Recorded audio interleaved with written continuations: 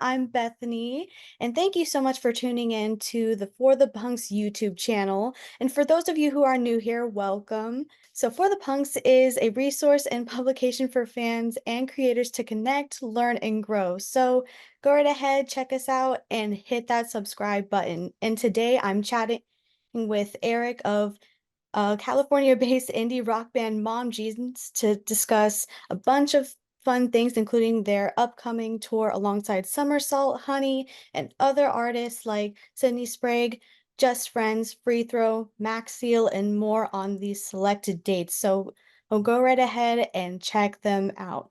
So my first question of the day here is, how are you? How are you doing? And happy Friday. I'm doing awesome. I'm having a excellent Friday so far. I had a big, awesome breakfast with the rest of the band actually just earlier Oh, at like our favorite spot. We have like a local diner that we really enjoy.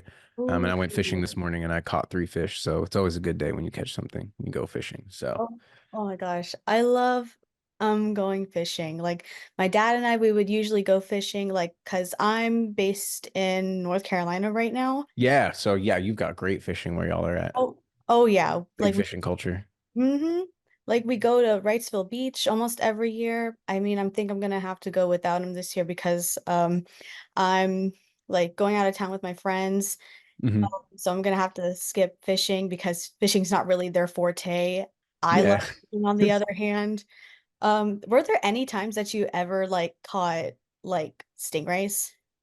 No, so I'm doing just like freshwater, like inland fishing. So I'm just doing like trout and like rainbow trout that are like stocked by the California like Department of Fish and Wildlife and stuff like that. But it's still fun. It gets me up early, which is good for, the body and good for the mental and kind of gets my day started off nice. There's something about getting to see the sun come up and get some fresh air and some wind on your face off the water just feels really good. So Oh yeah. Yeah, being by the water is amazing. It's just so serene and just walking alongside the shore is nice, especially when you find some really nice seashells.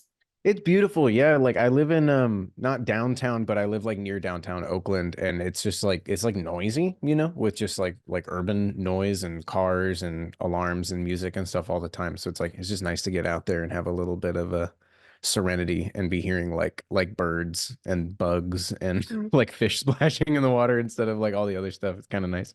Oh man. Oh, so if you're like fishing like there and everything, like where in the world would you like to go fishing at all? Oh man, I mean, top of my list right now would be like pretty much anywhere other than where I am now. I'd love to fish in Hawaii, just because I think that yeah, I don't have very much experience like fishing in the ocean, so I feel like I could go pretty much anywhere and do that, and it would be like an exciting, like new experience. It's not super far from where I am, but like I'd love to go to Oregon, and fish trout up there, and get to go to up to Canada and stuff like that would be really really nice Try the East Coast. It's also really nice too. for sure.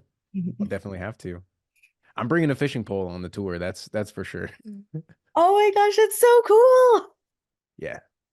Oh my gosh, that's gonna be fun. Like, does the band members usually go with you to go fishing? No, no one's come with me yet, but they say they will. So one day I'll Uh, get one of them out on the water with me. I'll tell them to bring their fishing pole. I don't think they have one, but I'll bring two. There it is. Yeah. I'm so happy about that. Yeah. So, also, for those who don't know who Mom Jeans are, can you tell Yeah. us a little bit about yourself and the band? I'm sure. I guess like Mom Jeans in a nutshell. We're a group of friends who've known each other since we were all about 18 years old. Like I've known Sam, our bass player, since I was in high school. But I met Austin and Bart when I was like a freshman in college. And yeah, we're just like buddies who really, really like playing music together. And we are really heavily inspired by, I guess, what people would call, like the third or fourth wave of like emo like revival music or like emo revival. Some of my favorite bands that got us to start were, bands like Modern Baseball, bands like Joyce Manor, bands like Story So Far, bands like Tiger's Jaw, Title Fight, and kind of like mixing a lot of those influences and kind of just kind of like distilling all of our favorite influences into like a nice little concise package is musically, I feel like what we do. And I like to think that like historically we have a reputation of putting on like a pretty exciting live show. And we're very, very interested and involved in like the community aspect of the music industry. Like we're huge nerds and we're really, really big fans of music Mhm. first and foremost. And I think just how much we love listening to music and love getting to see the bands that we really appreciate perform and getting to perform with them, like that kind of informs everything that we do and kind of like why we're a band. So yeah. Man, like, so y'all have been a band since college. Yeah, I think the year we officially started was like 2014 or something. Austin and I like we released like a little crappy acoustic demo that was just rip-offs of modern baseball songs, and that was in 2014. I think we started writing songs together and jamming like early 2013, but I don't think we knew that we were gonna like have a band together until 2014. So it's coming up on just about 10 years this year. Oh, wow. That's awesome. Hmm. Oh, and speaking of music, so in simple terms, you all have been busy. Yeah. Um, so Bear Market is the most recent album from y'all.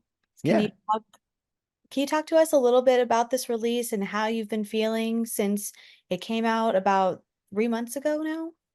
Yeah, totally. So bear market, I think, was a interesting.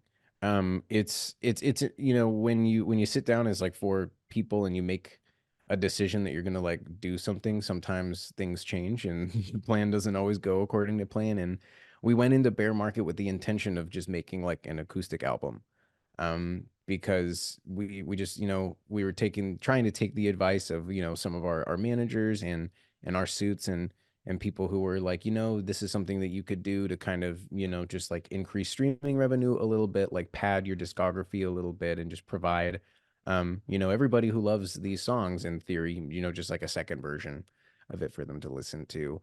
And just kind of generate a little bit more passive income because our people want us to tour less. Like that's like they don't want us to be on the road all the time and touring as much as we are, um, which is its own, discussion, its own topic. But I think that with that, we were kind of like, okay, like we'll make an acoustic record. But with that, I think we didn't want anybody to feel like we were, just trying to like print money or just trying to take a cop out or just do something easy and, like expect to be able to like capitalize and profit off of that.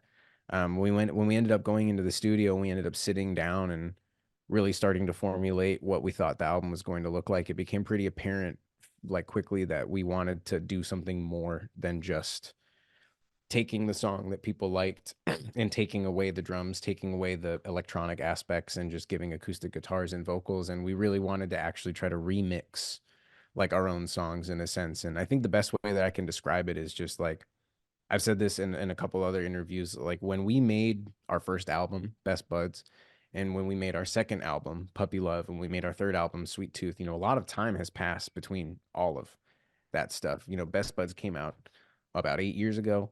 Puppy Love came out about 6 years ago. Sweet Tooth came out, almost 3 years ago now. And in that time, in the 8 years since Best Buds came out, like we've learned a lot about music and about what we like, and we've come across a ton of more influences, and we've opened our minds as musicians, and again as fans of music. Our world's just gotten a lot bigger, um, musically, and we wanted this album to reflect that. I didn't want the songs to feel like they had just stayed in the same place as they were, when they first came out. I really wanted because we feel that they've grown a lot, and we feel like we've grown a lot, and we've kind of gone through a handful of eras already in the time of this band, and to do something that felt like its own era and like we were moving forward instead of just pure nostalgia and just straight looking back at old photos type vibe. Yeah. Um, and I think musically, at least, like we definitely accomplished that. Like we had so much fun making the album, and I mean, we spent way more time and money on it than anybody wanted us to. But you know, we had a good time, and it was a really gratifying experience. And also in the context of working on new music and our next album, our next LP, you know, like getting some time in the studio to just cook was really nice and was something that we kind of needed in our trajectory right now. We just needed some time together to just like make music and not necessarily have the stress of having to write brand new songs and come up with brand new melodies and chord progressions and lyrics and stuff like that, having kind of an existing skeleton already, but being able to um like flex some of those muscles and exercise some of those brain muscles that you use when you're creating music, like in a more serious context, like knowing that it's going to come out and people are going to listen to it. So that was really really helpful, and I think we almost overdid it in that sense where we really used the opportunity to experiment. We really used the opportunity to learn, um, which is something that I like to think that we do every time we go into the studio. And you know, like if, to be honest, if people feel like the album suffered as a result, I've heard that sentiment. You know, I've heard disappointment.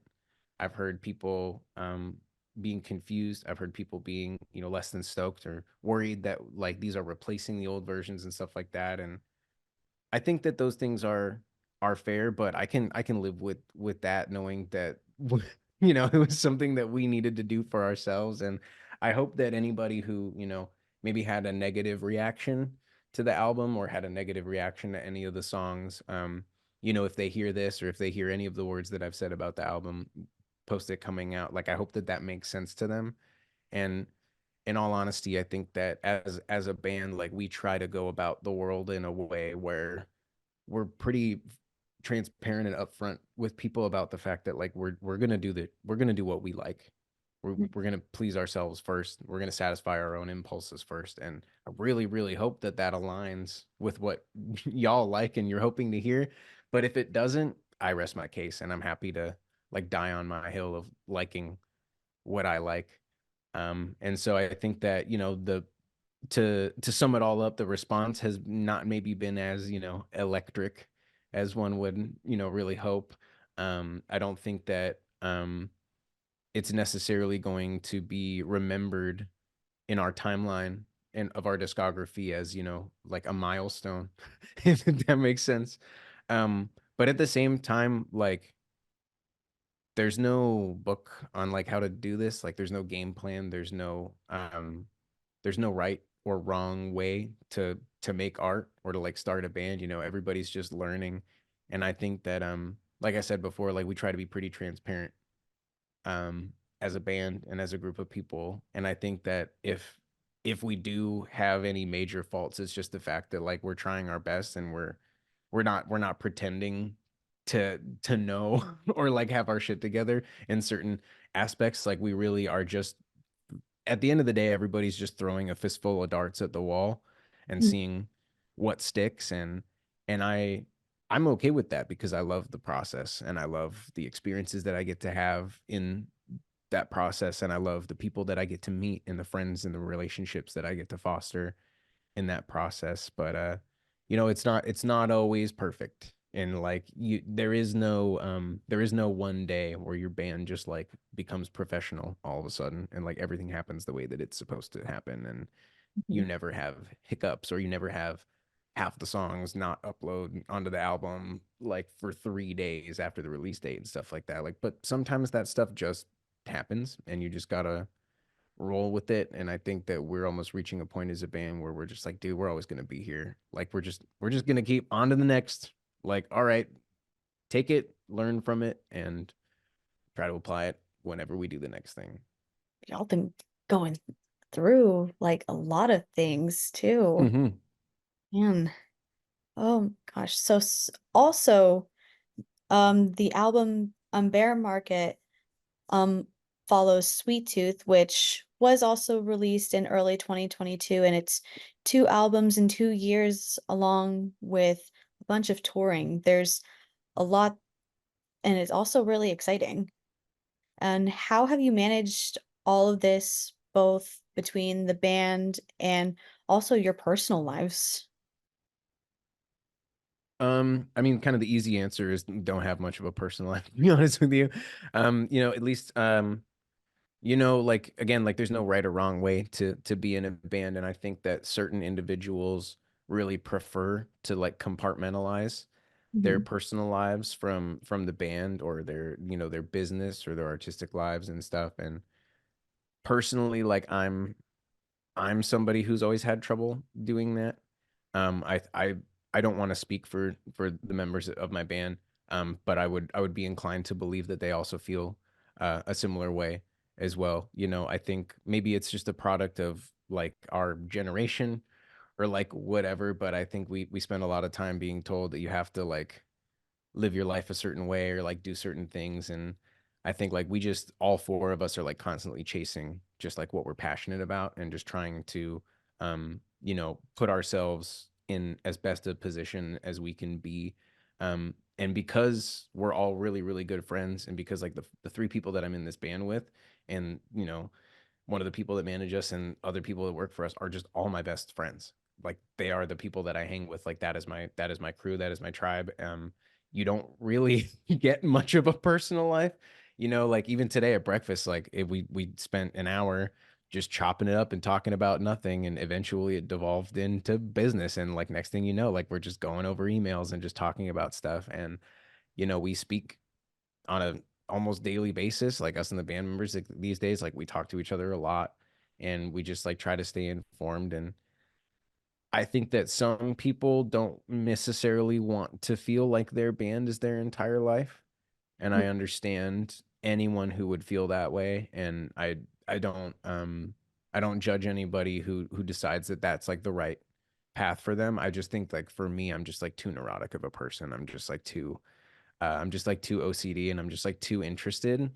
And I think I'm also just like too persnickety and too particular as a person to like not know everything that's going on. So it's very, very involved, and it takes a lot of time.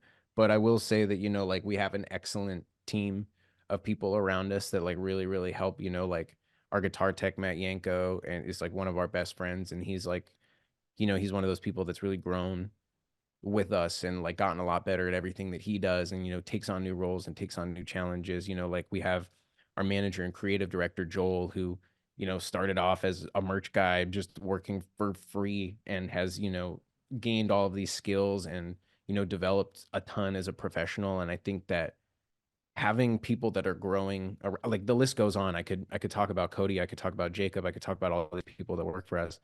And it's just really cool to see. um like that's what keeps us motivated, and I guess keeps us, is like seeing the positive impact that all of this like has on people's lives, and seeing how putting ourselves in these slightly challenging and slightly stressful and like busy situations like can sometimes be not fun, but they've also, I feel like this band has to some degree given me everything good that I have in my life at this point. So like I said, have like 2 albums. I'm still I'm still wrapping my head around it. Like, but still, how are y'all on that one? On Never, Sweet Tooth? well, not Sweet Tooth, like mentally, emotionally, and Oh, everything. I think honestly, I think we're better than ever. I think that it's yeah, I get what you're saying. I get what you're getting at. I think you're basically asking like how are we not burnt out by Yes. now, right? Um that's that sometimes we do get burnt out. Again, like I like to think that all of us, like have things in our lives that help us de-stress and help us center ourselves. Like we're all in relationships, like long-term relationships. We all have dogs in our lives. We all have pets in our lives. We all have hobbies. Like Austin has been getting really into rock climbing lately. Bart has been playing hockey, and he went back to school, and he's been getting really into, physical fitness and all that stuff. Sam, like again, like dog dad, like he just got engaged, so he's like planning a wedding and all that stuff. Like everybody has kind of things I have fishing, and I have like my amazing partner and like my amazing dog to like kind of spend time and recharge with. And I think that in those moments when we do feel stressed out and we feel burnt out, I think we've created an infrastructure for ourselves where it's very, very, very easy for any one of the four of us to be vulnerable with the group and to say, hey, like I need a day off, man. Like I need a couple days, or I'm not in the right headspace for this. Like, keep me in the email threads and keep me informed, but like don't expect responses, like don't expect me to be engaged necessarily. Um, and I think that we've kind of it's taken a lot of work emotionally, as like a friend group and as a group of people to kind of get to that point. But I like to think that and it's kind of toxic, honestly, but in some senses, like we're our happiest when we're really busy.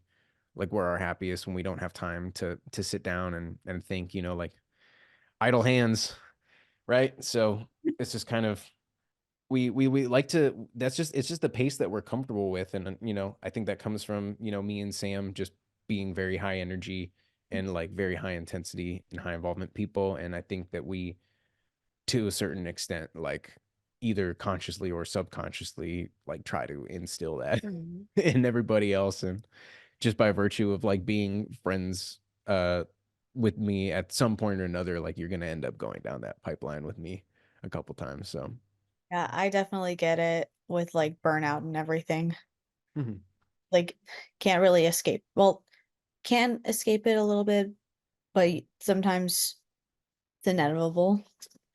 Yeah, and I think like the other thing that really keeps it, I think, awesome for us is like, I can't speak on any other bands or like any other business, but like we've done a really we worked really hard to set our business up in a way that we are the bosses and that we are the owners of our entire institution. Like I don't answer to a record label. Like I don't answer to a manager. Like I don't answer to anybody. Like I am the boss of Mom Jeans.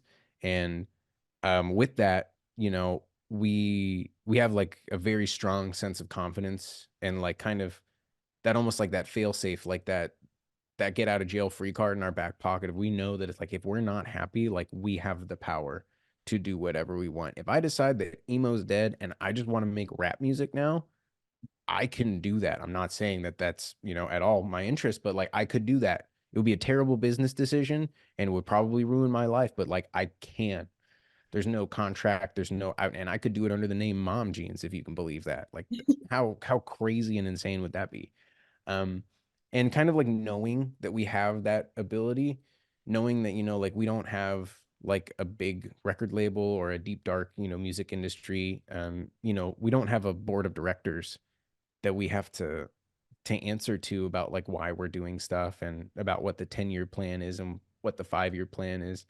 Um, we have people who work with us and work for us because like they know that our business is doing well and they know that we're nice people to work with and it's beneficial for everybody if everybody's working well and everybody gets paid and everybody's happy. But at the same time, like if any one of us is not happy or any one of us is burnt out, and it's just like, hey, no, like it's very freeing and it's very comfortable to know that at least with my bandmates, like everybody's just a text message or a phone call away. And if I ever am uncomfortable with something, or if I ever feel like I need more time or like I can't do something, like all I have to do is tell my boys and they'll have my back, which is Awesome. a really incredible feeling. Yeah, it's so important to have that bond too. Hmm. And speaking of bond, your next tour starts super soon. Hmm. How hyped are you for this tour, and what's one thing you're most excited about for it? We've had the opportunity to play some really nice venues in the past, opening for other bands. Um, and it feels really good to get to do that and play your own show and be kind of like in control and get to headline one of these big rooms and big stages. It's pretty exciting. Wow. Wow, y'all really are the bosses. Trying to be Also, what are 3 words that you would best describe this tour? um epic, um obnoxious, Noxious. um memorable. Those are the words I would say. Epic, obnoxious, and memorable. Like we are going to make you have a fun time whether you want to. or not. Like we're gonna be in your face. It's gonna be I'm gonna be like we're gonna be the summer camp counselors that take it personally when you're not having a good time. So like that's the vibe. Oh, that would be awesome. Everything. Just be like, hey, you're not having a good time, but come on. You I have I highly expect Bart to get on the mic and point at people and be like, "Hey, you, why aren't you moving around? Like you, I want you to dance right now." Like think y'all need like maybe like a telescope or something. Be like, maybe oh, I would love like a periscope like cam that like shows behind us on the TV and we just have somebody filming that. That'd be hilarious. But well, but yeah, that'd be, no, I just we're gonna have like spirit days, like we're gonna have like costume, dress up days at every show. oh my So gosh. yeah, we're doing like a costume party in Oakland. We're doing like track suits in LA. We're gonna do like a hot dog suit night in Chicago. We're gonna throw hot dogs into the crowd. It's gonna be epic. Like I'm trying to get to the point where it's like it's almost like a guar show, where it's just like ridiculous, like theatrics, and That just like how silly can we be, and trying to make you is laugh.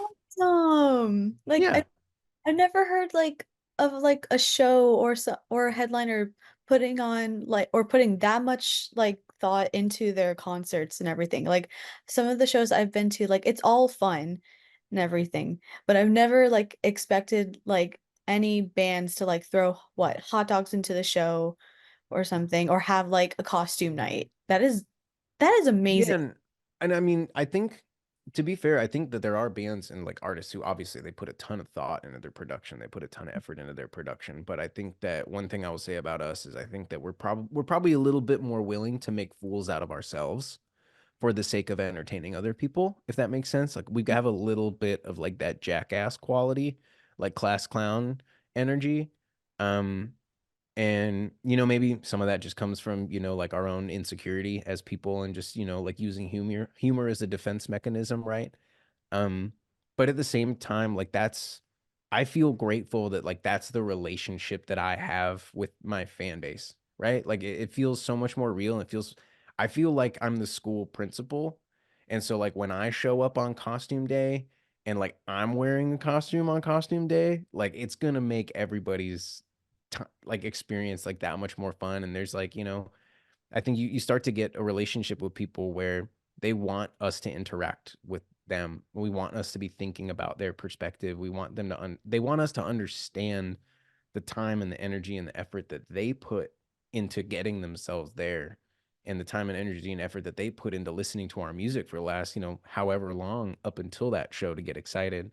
And I think that there's like that's in for us, like that's kind of our love language, is like being willing to make fools of ourselves and being willing to be the butt of the joke so Mhm. that other people can have a good time.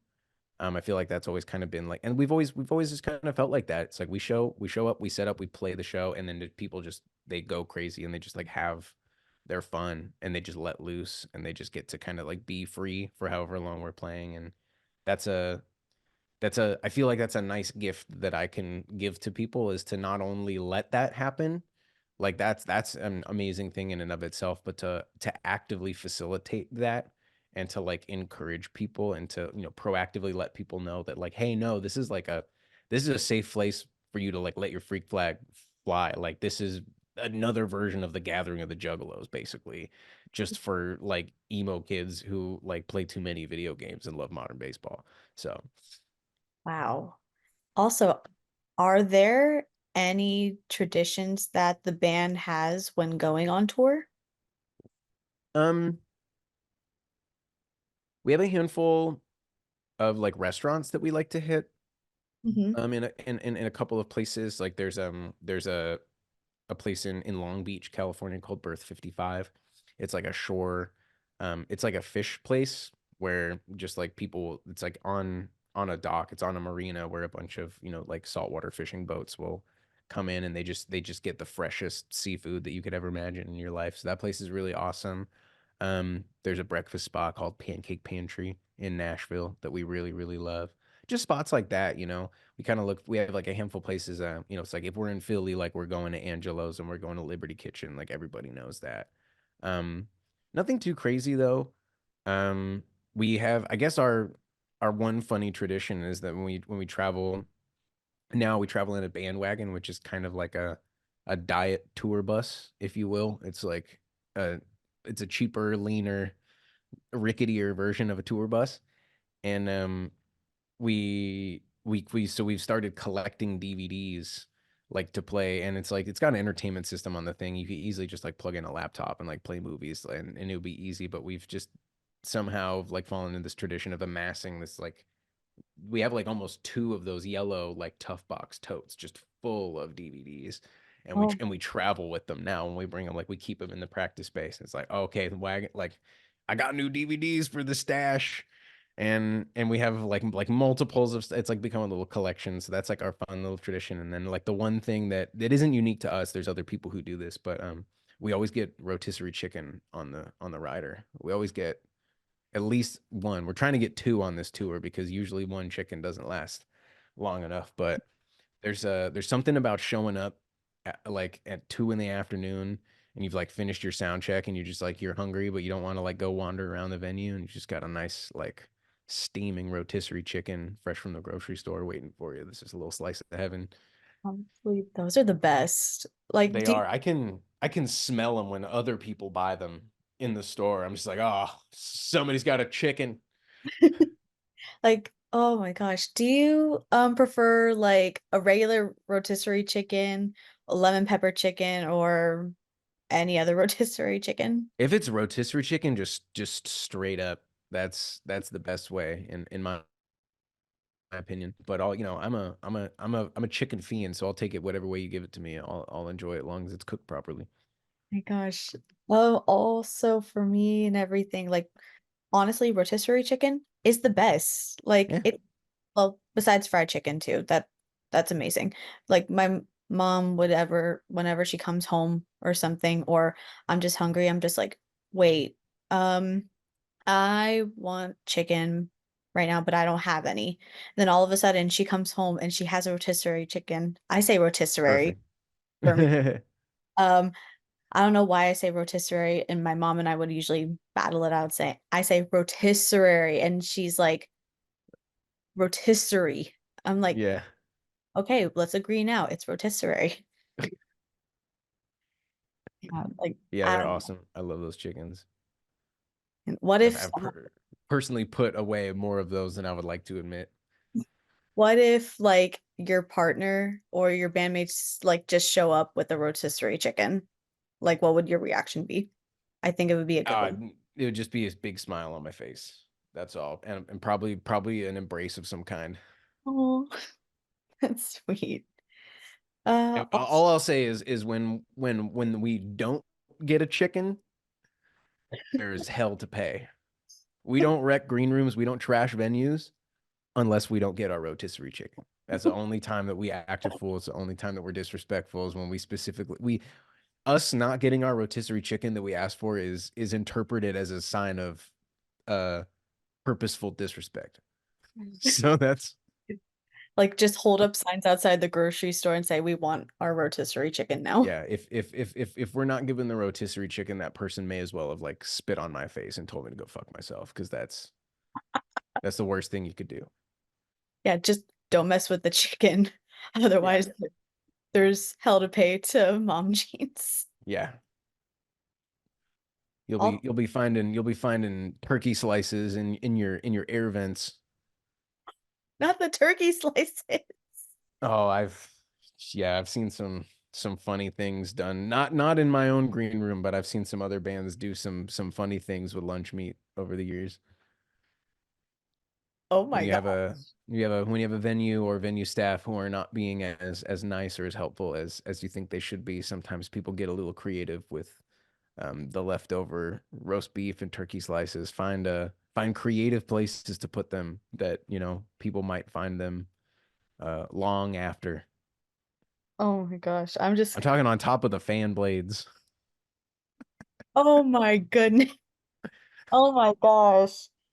So, lesson to everyone out there, you don't show up with the rotisserie chicken, Don't then show up without the rotisserie chicken. don't if Come you correct. yep. Well, At this point, just to require all the fans to come in with the rotisserie chicken. Yeah, we've made that joke before. Please bring chickens. I want to, But yeah, I want that Philly man meme. Like I love, I'm waiting for the day when I just see a kid in the pit just bare hand eating a whole rotisserie chicken. or just have, like, that you know that stare that some people have and they're just eating, they're just, like and they make that intense eye contact with you, they're like, Yeah, I should be careful with what I say because I am probably like a liability by my business, but like I want to say that like I would give like free Mom Jeans tickets like for life to like whoever did that. Like if you came to a show and just bare hand like put down a rotisserie chicken in the crowd during our set, you free Mom Jeans shows for life. I don't care. I'll make it happen. "Okay, I'll keep that in mind. I'll keep that in mind." I'm I mean, gonna what I've been told though is apparently getting a rotisserie chicken into the venue is harder than it may seem. hmm. Because I've apparently had a couple people try to bring us rotisserie chickens and they've been unsuccessful. Venue security has had to confiscate their chicken. Wait, really? Yeah. That'd be a funny reason to like blacklist a venue, right? Like we won't have to play here again. They didn't That let our fans bring their own is Costco rotisserie chicken into the terrible. It's also show. just chicken. Yeah, man, it's just chicken. No outside food or drink. Ah, whatever. At this point, just change it. Just say, Yeah. "Well, actually, no. No outside food or drink unless it's a We'll get rotisserie." it written into our show contract that the venue has to allow the patrons to bring their own rotisserie chickens into the venue. I'll keep that in mind. I'm gonna tell my friends that too. Alright, also, let's chat about this lineup. There are Yeah.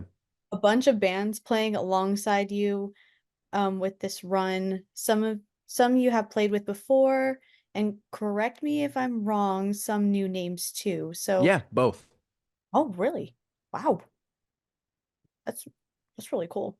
So what was the process like for picking all these bands to tour with? It was an interesting process. I think we kind of wanted to, in some ways, have a lighter tour. So we've always done tours with like 4 or 5 bands total, which logistically can just become a lot, night after night trying to get through 4 band sets. So also sometimes the venue only really has a certain amount of time. There's early curfews and stuff like that. So having a little bit of a lighter tour package, like consistently with 3 bands, going to all the same places every day, it felt like something that we wanted to try, like have the full touring package just be 3 bands. And so we decided to take Summer Salt and Honey too, because I think we in the past few years, I feel like, and especially with Sweet Tooth and that coming out, we've felt like we were getting kind of like pigeonholed a little bit into being called like a pop punk band, which is like not that there's anything wrong with that, but I don't necessarily feel like that's like entirely true.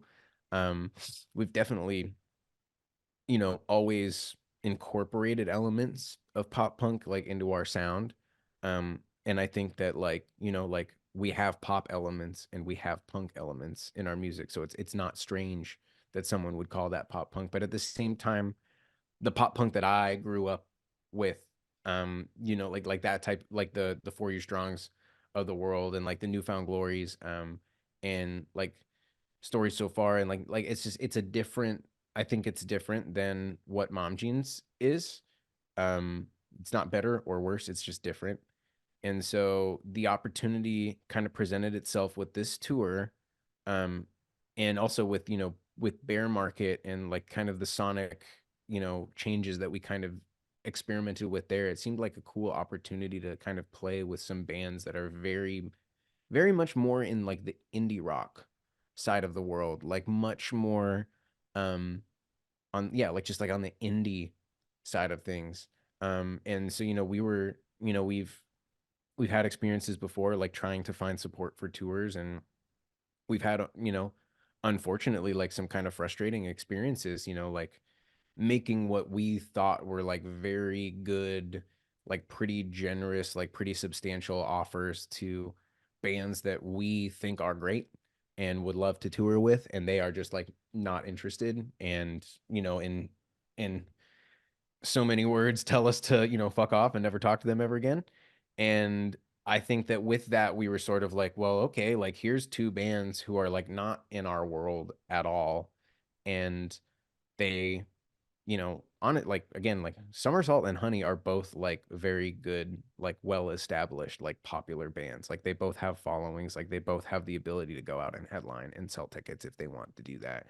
So the fact that they were, interested and willing in coming and playing on this tour with us was cool and was validating. And we felt that, to some degree, like why would we run around and try to chase down these, quote unquote, like hot, direct support acts, um who don't want to give us the time of day and think that, like they're too cool for school because like Mom Jeans is a pop punk band and they don't want to be associated with that.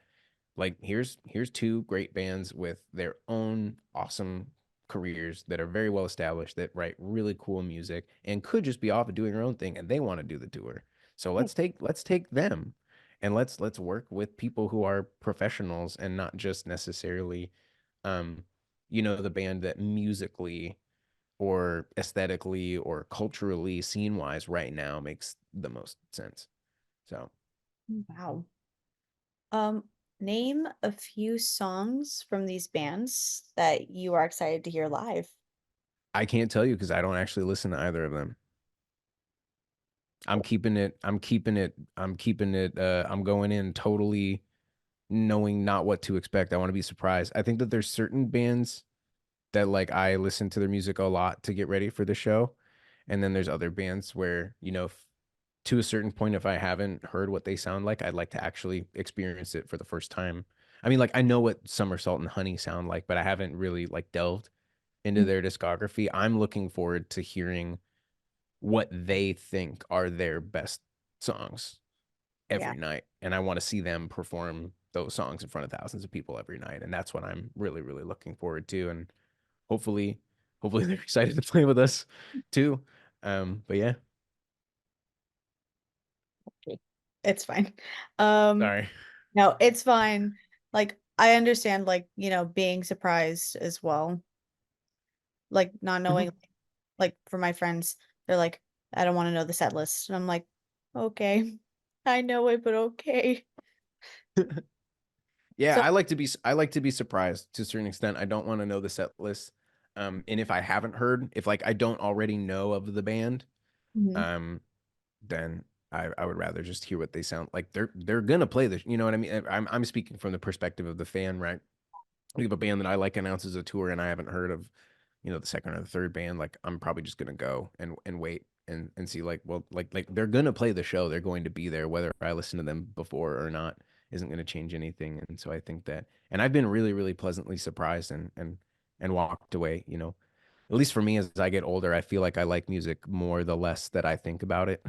To be honest with you, I like stuff more, when I just like walk in and I have no idea what's going on, and there's just like a person with an instrument like playing songs, and I have no context to, like how big they are or like what genre they play in or like who their friends are. It's like, mhm.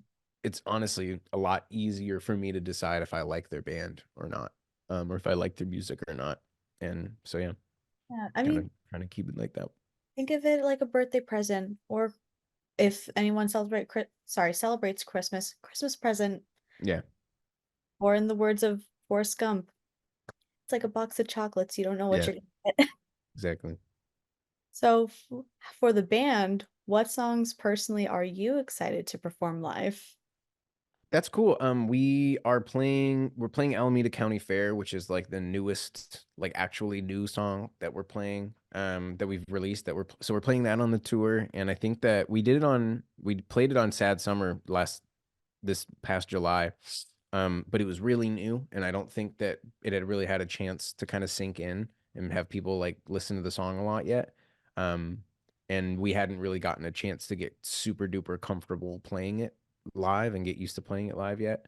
But we've like gotten a lot of reps in on that, and we've played it in front of a few more people, and So I'm really excited to kind of like play that song with a newfound confidence, if that makes sense.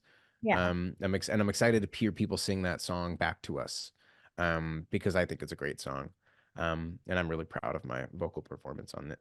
I also think that we're pulling back, we're bringing some stuff back from the Puppy Love era, which we haven't played. We're playing the song "Sponsor Me" tape, which we haven't played live since like 2016, or sorry, 2018. So that's gonna be really really cool, and we're bringing a couple songs back from that album, which people like. And then I can't promise anything, but we really, really, really, really, really are hoping to play a new song. We've been writing and demoing out new stuff for the next album, and we have a handful of songs that are kind of like in the early stages of being ready to play or like try out live and just see how they feel. So if we're, if we're having a good night and if the crowd's being generous and giving us a nice little encore, then maybe we'll whip out a new song or two. And I would really like to do that, but it's just, it just comes down to whether or not we have the time and whether or not people like kind of have the attention span for it. Because we're the other thing is we're still a little bit getting used to playing a longer set. I think we got away for almost 5 or 6 years straight, just kind of hovering around the 40-45 minute mark, and we were able to do support tours and headline tours and kind of play a similar length set. And now as the rooms are getting a little bit bigger and the tickets are getting a little bit more pricey and the optics are changing a little bit, people are coming and they're expecting us to play for at least an hour. Like anything less than an hour is like unacceptable, and hopefully they're hoping that we're going to play for closer to like an hour and a half. And that's, for me personally, it's interesting. I don't have the attention span for that. I don't want to listen to any band. I don't care. I don't want to listen to a single band play for longer than an hour, like in a live context at a show. Like I just don't want to, unless you're Bruce Springsteen, fucking pack it in. Like you played the hits, like let's go. But it's also like it's not my experience, and my preference does not inform what everybody else in the world likes. And I'm not, it's not lost on me that I have a responsibility to like try and give people their money's worth when they come to these shows. So I think that we're just trying to, you know, like do the most that we can with the least amount of time that we can possibly do it in, because we don't want to overexert ourselves, and we don't want to feel like we want to leave people wanting a little bit while still feeling like they got their money's worth, which is a hard balance to strike sometimes. Definitely. Also, are there any songs that you aren't playing on tour that you wish you were on the set list? Not really. I like to think that most of the songs that we're not playing have like a pretty good reason for them to play. I think the last tour that we did, last headline tour we did, we played around a little bit with having our guitar tech Matt Yanko play third guitar for a couple of songs, for some of the Sweet Tooth stuff that was a little bit more orchestrated and needed a little bit more guitar sound. Um, and I think that in a perfect world, I would love if we were also doing that, if we could, incorporate, songs like Tie Dye Acid Trip or songs like Anime Theme Song, would be really, really great to do, with the three guitars. And but I just, with this tour, just doesn't seem like that's in the cards, because like Matt now has, a lot of other responsibilities to do, because he's our guitar tech. He's doing all of our in-ear monitors system. He's acting as, a go-between with us and our sound guy, like while we're performing. And so he doesn't necessarily have the time or the attention span to like plug in his own guitar and like come play with us for a song or two, as much as I like to think that it would be fun for him to do that. He's that's not really what his job is. That's not really what he's being paid to do. So I would like to do that. And there's a couple of songs from Puppy Love that I would love to play. I would love to play the Towel songs. But I don't think it's gonna I don't think it's gonna happen this time around. You're on stage and someone in the crowd requests a song to play. What song would it be? I don't know. I mean, people definitely yell like that they want to hear like Scott Pilgrim. They yell that they want to hear like 40 Hands, like from us and stuff like that. But I think that that's like, for the most part, some people are just obnoxious at shows, and it's like, hey, dude, if you just wait 20 minutes, like we'll play. Like we just got on stage. Like we're not gonna play the last song first. You know what I mean? Like so there's a little bit of that. But that's really the only thing that people seem to Mhm. ask us to play. Gotcha. Um, I was gonna ask, like, what if they asked you to play like a Bruce Springsteen song? Maybe. I don't know how to play any Bruce Springsteen songs on guitar, so they wouldn't be getting it. Oh, Sorry. If they don't like it and they can learn how to play guitar and they can start a band and they can play Bruce Springsteen songs. oh yeah. Honestly, yeah, tell them to go for it. So, what are some pre-show rituals you have before taking the stage? Nothing too crazy. I like to watch the other bands. I like to watch experiences like I want to know what's fun for them, what's not fun for them, what's good, what's bad, and I think that it's not always the easiest to like peek your head out in your own show and like walk around a little bit, but when I can, I like to do that. I like to get a just yeah, like I said, just like a sense for the vibe because I want to know what I'm walking into when I go on stage. I want to know like I don't want like if the opening band who's playing before us like just got heckled and like had a weird interaction or there was like a fight in the crowd or something and they had to like mitigate it or something like I don't want to walk on stage being like hey what's up everybody like my beat is here like it seems a little tone deaf. So I want to know, and we've had experiences like that where people are well, I'll be real, like it only really happens when, like you have women who are performing on the tour because like people think that it's like appropriate to, demean and talk down to women who are on stage, which is super unfortunate. But and so it's like I'm not gonna go on stage and play the show when our opener just had like sexist remarks made at her like while she was on stage and not say something about that because if I don't, I feel like that reflects poorly on me. And I feel like just as an individual, like I feel like that just reflects poorly, right? And so I think that there's like certain situations like that and there's obviously like a whole spectrum of kind of things that can happen in interactions from, weird stuff at the merch table to the opening bands to like stuff with the venue staff. So mostly I just like to be aware and I like to be just like attending the show, if that makes sense. I know that there's other people who like they kind of try to zone out and kind of forget that they have to perform and just kind of like space it. But we're pretty much just like hanging out and drinking and like going to the show and watching the bands the same that everybody else at the gig is, which feels right to us.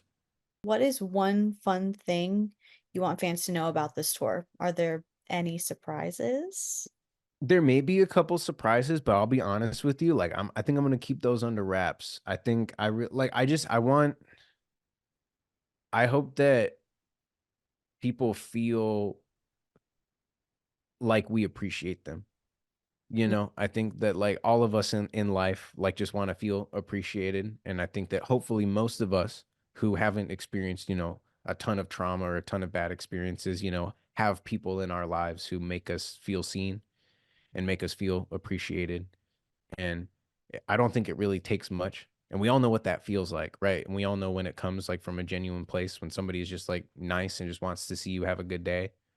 Um, and I think that like we really just like want to give people that experience. I think like we want people to know that like this tour and like these shows are as much about them as they are about us and our music. Like it may seem funny to say because in some respects like we're so young and we're so like early in our career and stuff like that, but at the same time like I feel really grateful and really like nostalgic about like all that we've accomplished. And like there's people coming to some of these shows who are going to be seeing us in a 2000 cap 3000 cap venue that's almost sold out, and those same people saw us in like a basement with like 10 people, and they're now paying 50, 60, sometimes more than that dollars to come see us when they were it was free to like we were begging anybody to come watch, right? Where it was $5. Like I was selling CDs for $5. I was selling t-shirts for $5. And to kind of like have people grow with us and like be proud of that. I think we are as grateful for other people's investment in us as I think they are stoked to see their investment pay off. And so I think that there's just certain elements of like a two-way street and like trying to make people feel seen and trying to, like when you're little kids, like you just want your parents to like make you feel like they cared enough about your birthday to like try and do something special. And it's like, anybody who's in a relationship who gets into arguments with their partner, it's like it's the same thing. Like they just want you to do the thing that like to show them that you're trying to make them feel special. And I think that we are, for better or for worse, starting to figure out what those things are that we can do to show people how appreciative we are and to show. And like I said, I think it has many facets. I think it comes down to being willing to make fools of ourselves. I think it comes down to, putting a lot of work and a lot of energy into picking special guests in every city that's like the bands that we're really really excited about, so that like for instance, like Chicago is going to, like, there are no two shows on this tour that are going to be the same. Like that's just the reality. Like New York is getting a different show than LA. Detroit is getting a different show than Dallas. And Denver is getting a different show than Toronto. And I want that to matter to people and I want that to matter to us. And I think like I want people to know that we're putting ourselves in a mindset to have every single show of this tour be the best show of the tour. It's Yeah. not just going to be another notch in the belt. It's just like, okay, it's not another one down, like on to the next one. Like, thanks, Ohio or whatever. Like, see you in a few months. Like, it really is like tonight, like Cincinnati is the center of the universe. Tonight, Pittsburgh is the center of the universe. And I think that I've had that happen for me as a fan and as somebody who's gone to shows. I've had my life changed by musicians that I love.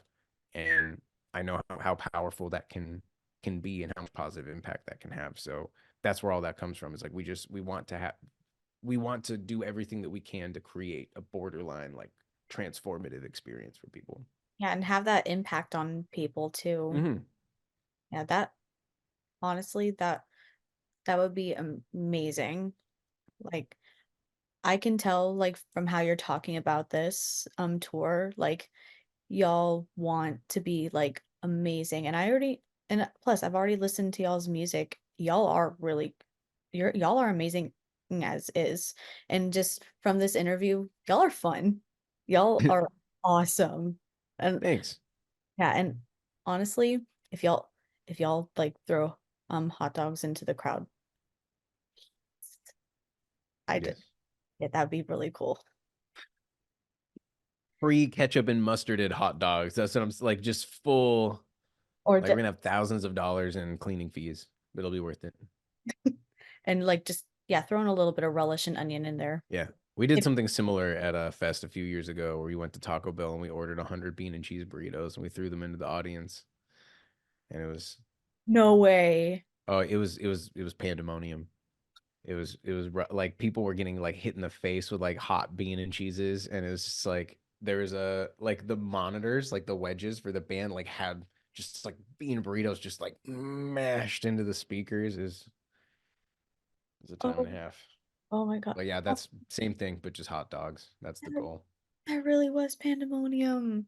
Yeah, That's awesome. there's probably still bits of bean and cheese burrito in those speakers to this day. Oh my gosh.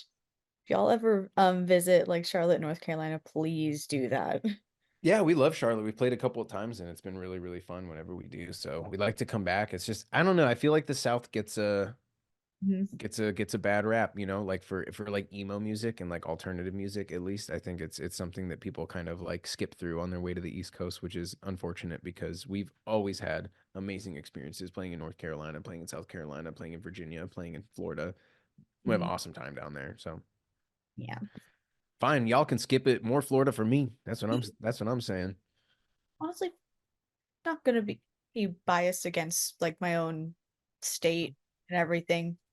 I I do like Florida, but I mean I'm from North Carolina, so I mean it's sorry North Carolina, but y'all are nice. Y'all are nice. North Carolina is beautiful. You have a beautiful, beautiful state. Mm-hmm. Let's see. What is different about going on tour now than going on tour a few years ago? Whether that's like the lineup, traveling from show to show, performing. In other words, like what's different now pre and post pandemic? I think it mostly just like I think the toll it takes and like how those tolls need to be mitigated, I think change. So and I'll there's like kind of two parts to that. There's like the physical side and then there's the mental side. Hmm. Um so for the physical side, biggest difference is that like now we can actually be a little bit comfortable. We're traveling in an RV. We have a driver. I play the show, I smoke weed, I take a shower, and I go to bed, and the driver drives us to the next city, and I wake up hopefully in the next city at the next venue, and I walk in and my day starts. That was not how things were in the past.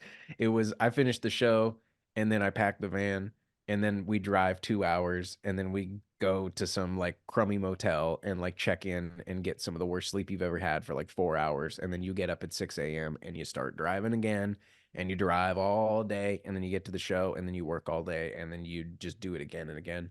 So it's really just incredibly physically exhausting on you, like your body adjusts, but the reality, like you can live only getting 4 hours of sleep consistently. Like you can do that. You're gonna feel like shit all the time. And it's like you're gonna feel worse. And so you spend a lot of time just like feeling bad and just being unhappy and just being grouchy and in a really bad mood. Um, so we're a lot more comfortable, and as a result, we're a lot nicer to each other. So everybody gets along a lot better, and everybody kind of has like the space and the freedom to kind of um when you're traveling in a van together, you're kind of it's almost like it becomes like a communal behavior. Like everybody behaves in a way that like is good for the group because you're trapped in a van together. And if one person is not being conscientious about, how they're taking up space or what they smell like or what their meals smell like or, like how often they're farting and like shit like that is like it'll really badly impact everybody else in the vehicle. But when you've got your own bunk and you've got your own space and you've got a couch and a table and kind of room to compartmentalize everything, is I feel like everybody feels a lot less on top of each other and it's a lot easier to kind of give each other the graces and the respect and the benefit of the doubt that good roommates should give to each other. So that's the physical side. And then the mental side is I think to a certain extent I felt a lot less responsibility years ago. Realistically we were driving, like I said, like I kind of explained what our day would look like we would go through hell and back just to play somebody's living room. And I think with that I felt a little bit more justified and a little bit more entitled to act however the hell I wanted as a result. Like if somebody uh like didn't really like our set, I had no problem telling them, well, fuck you. I drove for 9 hours today. I would love to see how you play after driving the van 9 hours through a hurricane. Like I would just love to see you not sound like shit and not be tired. And I think now it's a little bit more of like, well, actually, you know, like we're not doing people like a huge favor by coming out here. Like we've asked folks to come and see us. Like we've gone and we've booked this big tour and put the pressure on ourselves to sell tickets and to do well. And we're asking people a favor now to come and give us their money and to give us their time and to give us their attention and to give us the opportunity cost of all the things that they're not going to do with that time and money as a result, right? So it's almost like twofold. um, and so I think because of that, like I feel a much bigger responsibility to perform, and I feel a much bigger responsibility to be nice, and I feel like a much bigger responsibility to be mature and to be gracious and to um try to be the quote unquote bigger person in certain situations, which is not always the most fun, but I think the way that I have been able to I guess, work through that and kind of process that is kind of like I said before, it's just like the people that I find myself around. Like I'm very grateful and very blessed to have my team and like my staff basically be all of my closest friends and all of the people who I trust with my life and all the people who have seen me through, my best, my worst. They've seen me through my best jobs and my worst jobs, my best relationships and my worst relationships. They've coached me through breakups. They've coached me through losses. They've coached me through mental health struggles, and they having a group of people around me that I can be my vulnerable self with. And like when I reach that point of like the pressure gets to me and I just am having trouble being the person that I need to be or being the person that I've told myself that I'm going to be, I'm able to ask for help and I'm able to have people to support me and people to kind of um, take things off my hands and help me delegate, which has been completely invaluable. And it's kind of funny because realistically, like the band is only four of us, but it's like it's at a point now where it's like there's about 6 or 7 people at minimum that need to be there, or else I'm not going because I'm not gonna have a good time and I'm not gonna trust that like I can get everything done and that I can communicate with everybody the way that I need to be able to communicate to like do this job well, and having those people that I trust who like I can say something that anybody else in the room would like misinterpret or think that I'm being an asshole or think that I'm being or like whatever. But Joel, our man, like he knows exactly what I mean, or like like Jacob, like our other like he knows exactly what I mean. And having those kind of people around has really helped me through all of those changes. Awesome. What is the best memory you had on tour? If I had to pick one, last year on our headliner in the fall, we played Toronto. And I've like so my aunt and my uncle and my cousins and all my grandparents and everything, they all live there because that's where my family was originally based. Um, and they've been kind of following along, like on Facebook and like seeing what my stuff like my parents post and liking things and seeing oh the band's doing so well. And that show last fall in September was kind of like our first time playing in Toronto at a venue that was appropriately sized for us to be able to have some guests and be able to kind of like actually like treat people a little bit and like oh come to the green room and we have like free drinks and cocktails for everybody and oh you go up to the balcony and we've got like seats set aside for all of you and everybody's got a free ticket and everybody's got backstage passes and it's like the very cool VIP kind of treatment. And we were able to offer that for like my aunt and my uncle and my cousins, and they were all able to come. And unbeknownst to me, they were kind of like wandering around during our set, just using their all access passes, just getting into shit and just seeing what they could get away with. And during our last song of the set, we played a song called Scott Pilgrim, which during that song, I pull out a trombone and I play trombone for a few minutes. And there's a moment where I stop and I turn around to grab my trombone, and usually our guitar tech hands it to me, or it's usually like on a stand like near my amp, and Sam will hand it to me or someone else will hand it to me or I'll just go grab it myself. And in that particular show I turned around and it was my aunt and my cousin were just on stage and they just handed me the trombone and I was like no way. And I started doing the thing and then they just stayed on stage and they were just like dancing and just like total like ugly white girl dancing. And it was like but it was awesome. It was just like the best. It was so funny and so unexpected, and it just kind of came out of nowhere. And I was just like wow, like this is such a fun. And they were like genuinely having a good time, and like they weren't making fun of me. They weren't making fun of us. Like it was really like truly like they were like wow, these guys are rock stars and like we're friends with rock stars, like that's so cool. And there's I think there's so many experiences in this world that like you ultimately like have to and try to keep yourself grounded.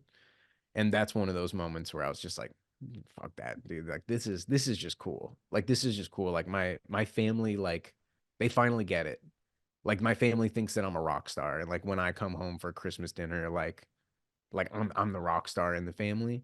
And that was a really really cool moment to experience, and is something that I'm really really, yeah, I'm really grateful to get gotten to have that moment with my family.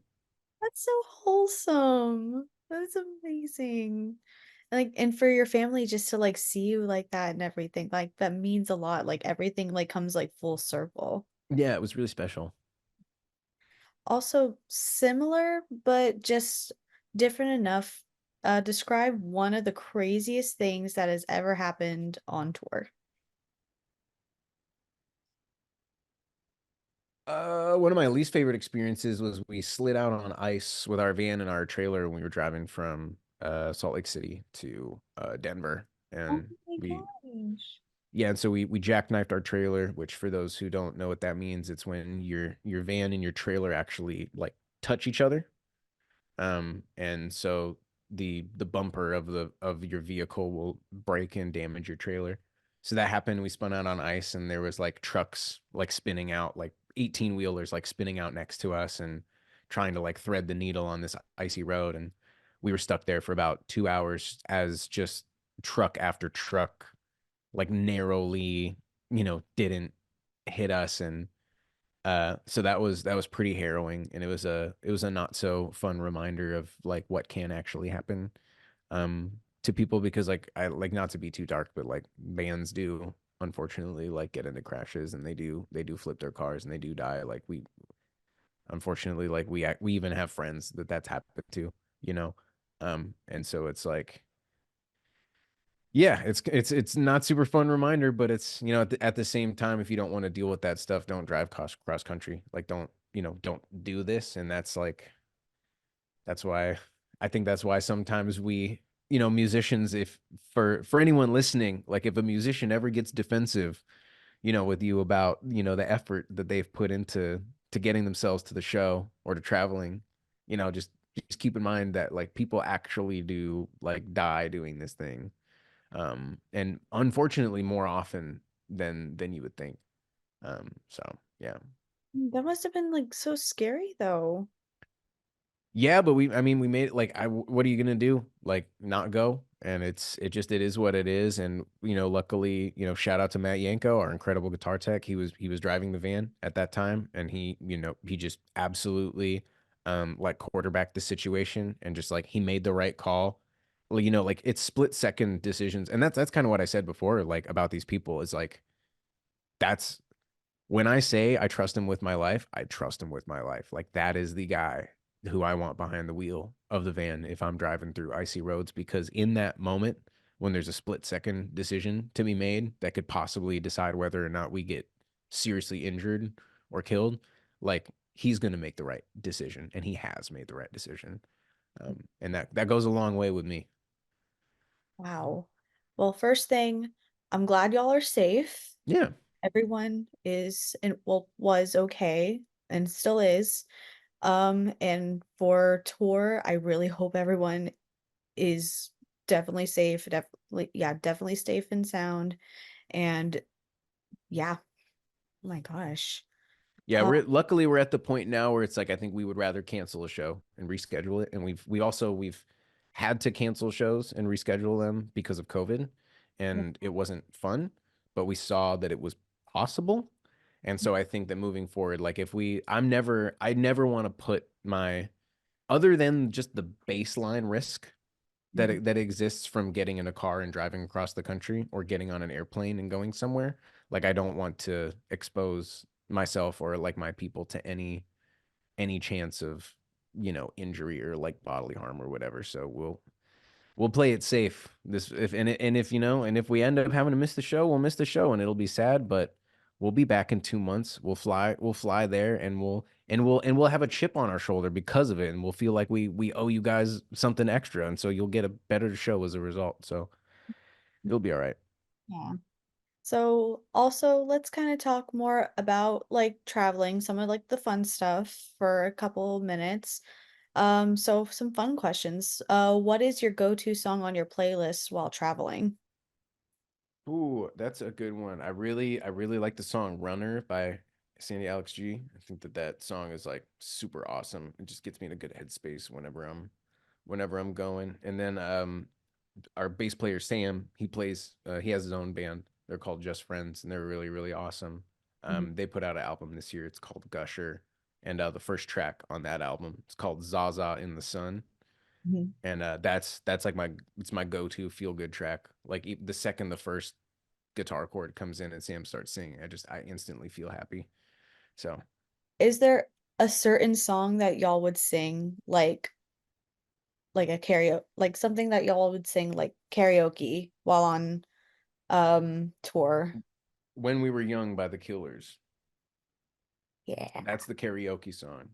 Who would go all out for that song? Like who would be Joel, our tour manager, like he would do like he, oh what yeah, do something crazy? he's doing all that. He's giving you the mic and he's performing for sure. That's his song. Either that or we're doing "I Miss You" by Blink 182. That's my karaoke song because I do a pretty mean Tom DeLonge impression when I need to. Well, that honestly, I think if I were on a tour bus this with y'all, I would hope to see that. Yeah, it gets fun. I literally I have to hold back from participating in the post set karaoke sessions because I'll blow out my voice if I don't be careful.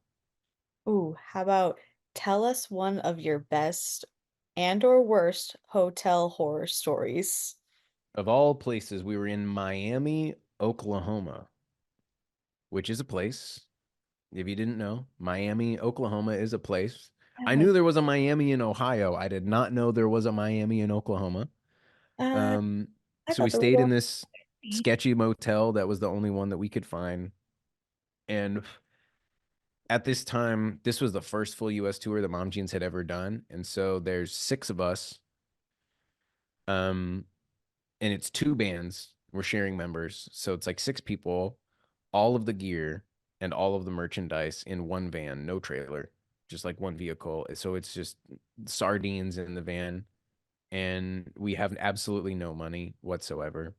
And we Oh, pull up to this motel and they have like a very strict five people only, or sorry, only four people per room policy or whatever, right? Which most hotels are, like anybody who's in a band like knows it's just like it's a thing. Like every hotel is super annoying in motels. Like they just want to scam you, right?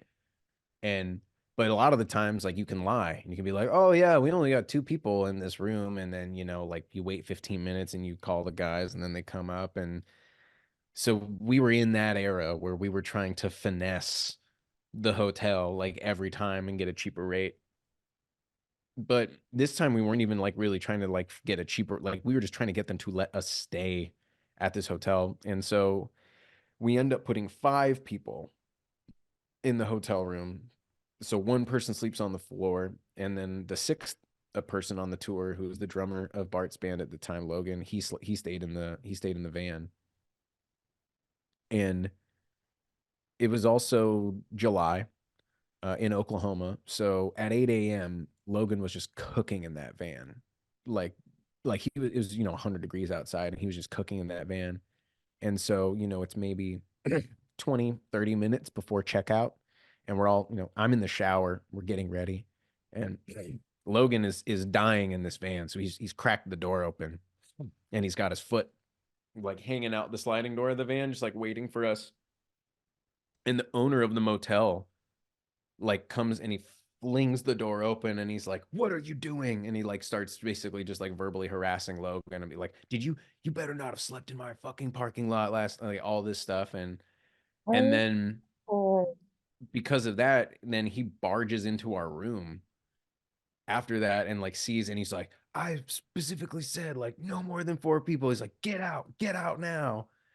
And then so it's just like this whole weird crazy thing, and then he like tried to double charge us for like the rooms and stuff like that, and then he like threatened to like call the police on us and like all this stuff, and we were just like, I'm naked just in the towel, just being like, "Dude, you want to give me like 5 minutes, like I just woke up, please." um so that was probably one of the least fun hotel experiences. oh my God. So it's gas station stop time.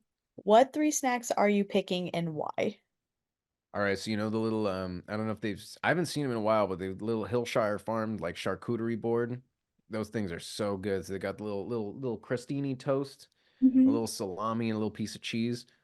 Those are dank. I'm firing on that absolutely. I'm grabbing a Red Bull because you never know when you're gonna need a Red Bull. Um, and then usually I try to grab like an apple or like a banana or something because it's gonna sound funny, but like I'm kind of particular about like vegetables. Like I'm not.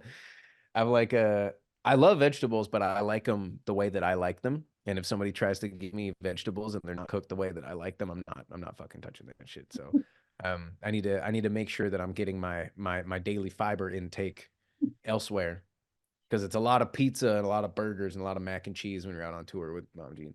And you just like want like that one produce item or something like fruit. Yeah. I mean, and like we try to diversify, but it's like at the end of the day, like whenever the group actually makes a decision to go somewhere and eat together, like it's somewhere epic, and it wrecks you. So it's like you gotta pick your battles sometimes. What's one vegetable that you would want to eat for like Bok choy. bok choy? Bok choy is my favorite vegetable. I think we're gonna get along just fine because I I think love. we are, yeah. Bok choy, and if bok choy is not an option, then broccoli.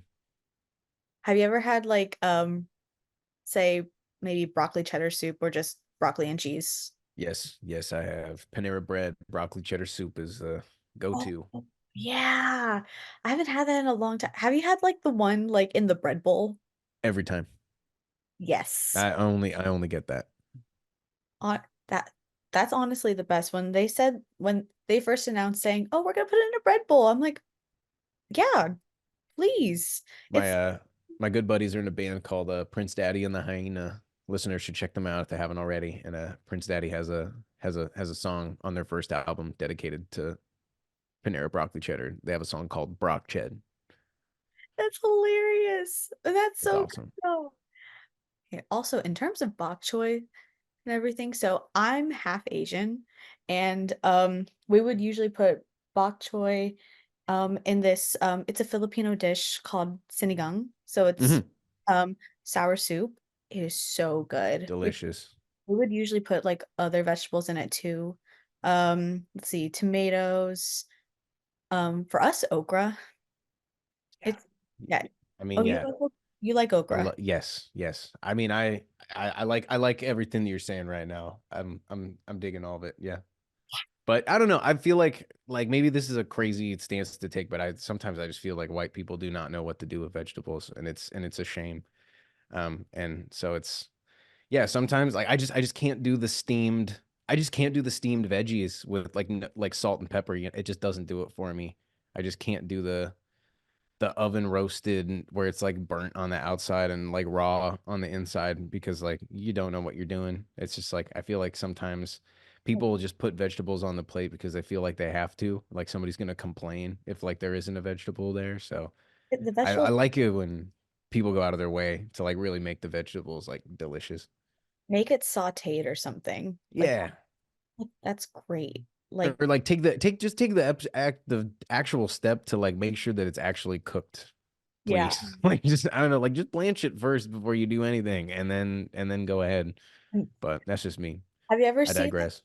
like have you seen like these videos like they're like showing people like not um cooking chicken, right? Yeah, yeah, rough. I there's like this one video where it's chicken and rice and there's no seasoning on it. Yeah, yikes. I'm like, where I will give you my whole entire pantry right now. Yeah, it's depressing, honestly. Like seeing people eat food like that. It's sad, Like but like please put seasoning on it. Like you need flavor on like food. yeah, it's just funny. Like I don't know. Like my mom is like kind of like one of those people. Like they call like flavor spice. Like they'll just eat something that like has a lot of flavor to it that isn't bland, and they're just like, oh, it's got a little kick to it. I'm like, Mom, there's salt on it. Like, what are you talking about? Like, it's not spicy. Like, it's really funny. So it's funny sometimes when we try to cook with them. Salt is salt. It's not spicy. Yeah, I know. It's If you want spicy, I will give you like a whole entire like bottle of sriracha oh, sauce. they don't want spicy. That's the thing. I'll, mm, it's okay.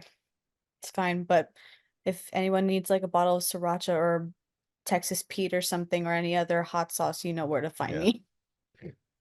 Also, so unfortunately, we have to move away from produce and vegetables. So fast food ratings have been more of a thing recently from what I've noted or what we've noticed. What is the best fast food restaurant you've visited and why? Dick's Drive-In in the Seattle Tacoma area, Washington. It's a burger chain. Hmm. Um, Food is incredibly fast. It's incredibly fresh. It's very delicious. They Hmm. pay their workers a lot. Like they pay their workers way above like the industry standard. They provide a lot of benefits to their employees. They have like career paths and they employ a lot of students in the SeaTac area. um, and they're just their whole business is predicated on the fact that they don't do substitutions. Basically, like there's three burgers on the menu and fries, and they come how they come. And if you want anything different, there's like a condiment like little section where you can go get your ketchup or your mustard or your pickles and put them on the way that you want. But they don't do any substitutions. You cannot have it your way. You're having it Dick's way, and Dick's way is the right way. And their main like the Dick's Deluxe burger is just like it's a double cheeseburger with like mayonnaise and pickles on it, which is like that's how I like a burger. And it's Oh, like just super it's just my it's right up my alley. So we always go there whenever we're in the Seattle area. In fact, we've stopped there multiple times when we don't even have a show in Seattle on our way to somewhere else because we just want to eat it. man, that question and that description of that burger is making me hungry. Yeah, it's the best burger, like hands down. Oh my gosh. Oh, so okay, going along with like fast food, yeah, just fast food in general. So French fries.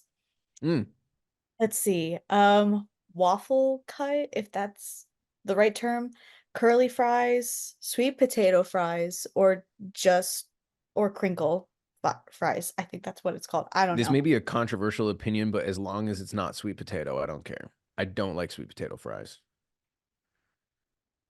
Yeah, it's fine. I know it's controversial opinion. I'm sorry, but it's just not for me. I don't hold anything against people who like sweet potato fries. In fact, I'm I'm sad that I'm missing out because I feel like it should be enjoyable. All the logic points to being enjoyable, but like for me, sweet and vegetable just does not. I think there's something about the texture, Yeah, and something about like the sweetness that just like for me doesn't work. Maybe because my family like tried to do like candied yams and like stuff all the time for like Thanksgiving. It was just like a little bit overkill for me, but yeah, I I don't get know. it. Again, like when I want fries, I want salty, like like peppery, like to the dome. Like I want it. I don't want to taste anything sweet on there. But yeah, I'm not too particular about the cut. Just as long as they're crispy. I don't like a soggy fry personally, and I don't like a fry that's too crispy either. I like a nice crispy but fluffy on the inside fry is Yeah. the dream. Uh, how about like a sauce combination or creation that you have? Like, do you like put mayo and ketchup together? Do you eat it with barbecue? Totally. Yeah. You Mayo and ketchup, yeah. and you just like mix it together and Yeah. everything? Yeah. Thank Fancy sauce. you. Thank you. It's the best. That's what I've been telling people, but then they're telling me, Bethany, you are so weird. I was also, I mean, I had like my family, like a French exchange student when I was in high school, and he put me on to like French fries with mayo. Like that's what they do in France. Like they just mayo is just like a dipping sauce for a lot of stuff. And so I feel like I've gotten away with just mayo on the fries before, and it's been really good. And I think I don't mix it with anything else, but like ranch is a go-to as Yeah, well. Definitely a big fan of ranch, but it has to be the right kind of ranch. It has to be like a really it's um I I don't would like the hidden valley. I don't like the vegetable dip like tasting ranch. Like I like the buttermilk, like bad for you, clog your arteries ranch. would you ever try well, this is one of my best friend's creations. Well, my other best friend, she does like barbecue sauce with her Hmm. fries, but Mm. my other best friend would also do like malt vinegar and ketchup. Malt vinegar is super good. Yeah, I think like the British way of doing it, like vinegar on your chips with a little bit of ketchup. That's pretty good. But Mhm. yeah, I don't know. I'm not a barbecue sauce person, Mm. really. I think that most of the bottled barbecue sauces that we get, or like what we know of as barbecue sauce, is just like I just don't like it. It's not for me.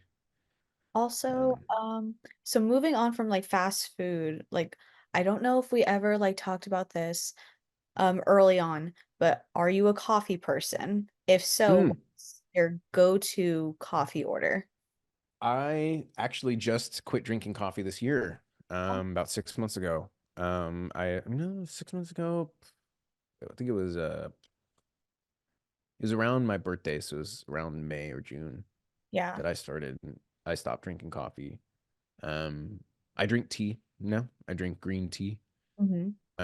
Or is it green tea? I can't even remember. I like this is gonna be silly, but my dad's girlfriend got me this like teapot for my birthday, like like a nice teapot, and it's all clear, and it came with these like blooming flower teas.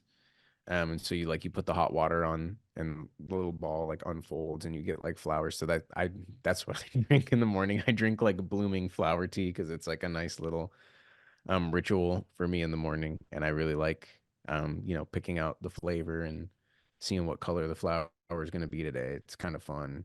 Um and so like yeah, that's what I do. I love coffee with all of my heart. Hmm. I still treat myself with a coffee from time to time, Hmm. especially when we're traveling. If we have like a really rough travel day, I'll rip a coffee. Um, I'll rip a coffee as like a treat to pick me up.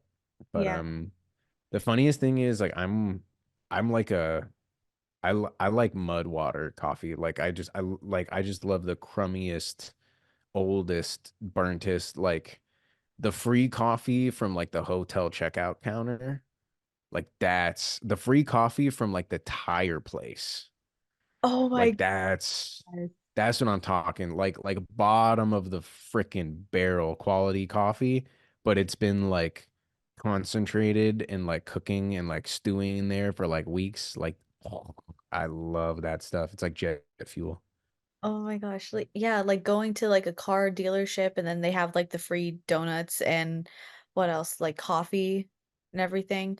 That Not the nice one though, where like they go to Pete's or they go to Starbucks and no, like I'm like they have the hot cooler like in the back corner that's been there for 10 years and there's the same old giant Costco container of Nescafe in the back that they just keep making it with. Like that's I love that stuff. also you just mentioned Pete's. Like we had a Pete's at my school. I was sad when it went away. Yeah, I used to work actually 2 doors down from the first ever Pete's Coffee in Berkeley. Really? Yeah, I Oh. used to go there every morning and get a black tie and spend my whole paycheck on coffee. Would you say that would be like your typical order, like at Pete's or something? Yeah, I was when I was still drinking coffee though, I was on the Nespresso. I was on the Nespresso John. My dad got me an espresso machine and I was doing that because it's really, really convenient. You just buy the pods and just, oh, I want a coffee now. You just do it. I also like I don't like I struggle with like hydration. Like Yeah. that's the thing that I have problems, as I'm drinking water the whole interview. And so like large quantities of coffee will definitely dehydrate you. So I was trying to do like espresso in like small quantities, but high amounts of caffeine because I'm definitely caffeine dependent for sure. But for what it's worth on the topic, my skin has cleared up a lot. Not drinking the coffee, that was the main reason why I did it because I'm in the process of working on tattooing my whole back.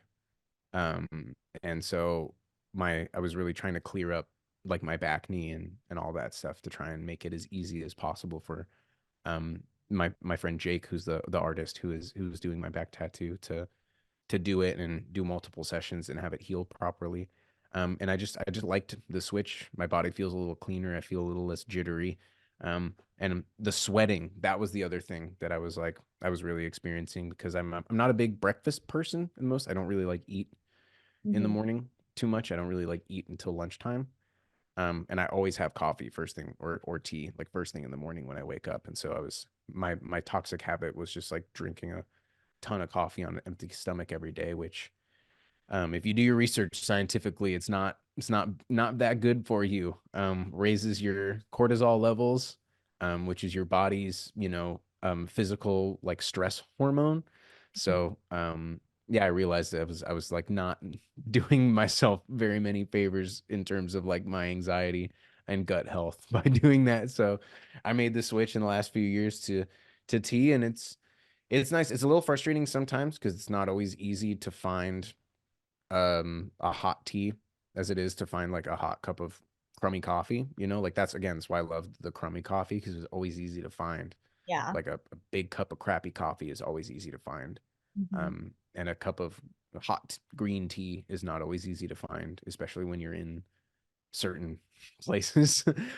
So I've as a result I've had to drink like more like soda and like bottled like iced tea and stuff like that, which is not as fun and not as nice. And in a way, it feels almost like more unhealthy to be doing that. Like cerebrally, it feels more unhealthy, but I feel better as a result than when I'm drinking coffee all the time. And I'll pay the consequences now. Like if I do drink coffee, like I'm almost guaranteed my skin is gonna break out and almost guaranteed I'm gonna be like Yeah. sweaty for the day. Well, that's also really cool that you like switched over to tea. It also sounds like really nice to do so as well, especially and so much serenity comes from like a really nice cup of tea. Yeah, it's just I mean, and I think like so much of it, right? It's like it's obviously some of it is the caffeine, but it's not just that. It's the little ritual. It's the little, the acts of mindfulness. Like I'm really into little things like that, like going fishing and like I love incense and little things that you do to just kind of, intentionally, set your mindset and your setting and hopefully have your day go the way you want it to. Yeah, it's like a little mini meditation thing and just like kind of grounding yourself too. Yeah, and it's interesting that you say that because it's been suggested to me many, many times to try meditation. But I don't have the attention span for it. I'm physically incapable of having an empty brain for 5, 10 minutes. Um, but I think that these, like you said, like little mini meditations, like I think that even subconsciously, like I do things for myself to kind of give myself little moments Mhm. of serenity throughout the day to kind of help keep grounded. Yeah. One of the bands that I was just talking to, they were like kind of telling me like, "Oh, just sit with yourself, in silence, and then you never know what goes on in your head and just write it down." Yeah. That I think that's like one of the best advice that I've ever gotten from a band. Also, what are 3 of the most underrated places to stop on tour? Oh, that's a good question. Three underrated places. I mean, in the context of touring, I think that Florida always gets a bad rap. I think Florida gets, especially when you're in like a smaller band and you have to be like really conscientious about like where you're going and the distances that you're traveling. A lot of people have a hard time rationalizing driving in and out of Florida. But I think that Florida is amazing. I think that it's culturally like just a really, really interesting place. I think it has a lot in common with California. I think it has um a certain aware lack of self-awareness, if that makes sense. Like people are just like they're just a certain brand of crazy in Florida, and I love it. Like people just don't care. Um and I think that it makes it a really, really fun place to play, and it makes it a really fun place to meet people. Yeah. Because you see a lot of people just being their most like insane, like flagrantly ridiculous version of themselves and just like living their best life. So I think that's really awesome. Um, I don't know if it's underrated by any means, but I think that Australia, um, I'll say like can't be highly rated enough. Like traveling there was just an incredible experience. Like the food is amazing, the weather is amazing, the cities are amazing, the culture is amazing, just like the attitude. Like if anybody's ever been to Hawaii before and you kind of feel that like that aloha vibe when you get there. Just like you feel more relaxed. Everybody seems a little bit happier. Everybody seems a little bit more fulfilled or, satisfied and going about their day, has a little bit more grace. And I think that for me personally, Australia has that vibe as well. I think, and maybe it's just that I love it there, and I'm just relaxed whenever I'm in Australia. But it puts me at total ease every time that we go there. And then I think the last one, I would say maybe, I don't know if it's underrated, but like Phoenix, Arizona has always been incredible for us. I think that a lot of people, they don't necessarily consider Arizona as being the hotbed of culture or innovation or trend setting by any means. I think a lot of people think of Arizona as the place where like their like shitty Republican grandparents go to die, but it's like I think that like the youth energy that's out there is badass, and I think that like again similar to Florida actually, like Arizona has a little bit of that like just like I don't give a fuck energy. Like it's 100 degrees outside every day, and I live in the desert, and everything's trying to kill me. So like I'm not gonna care about like these small little like societal constructs. I'm just gonna go about my day and live my life. And I love places like that where people are just almost like living this like radically individualist lifestyle and like just making like interacting with society as much as they need to and as makes sense with them. So I like Phoenix a lot because of that, because there's just like a lot of characters there, just like a lot of really cool people, and then they always show us a lot of love, so we can always guarantee on having a really really great show in Phoenix. That is awesome. Also, this is one question that I've been thinking about.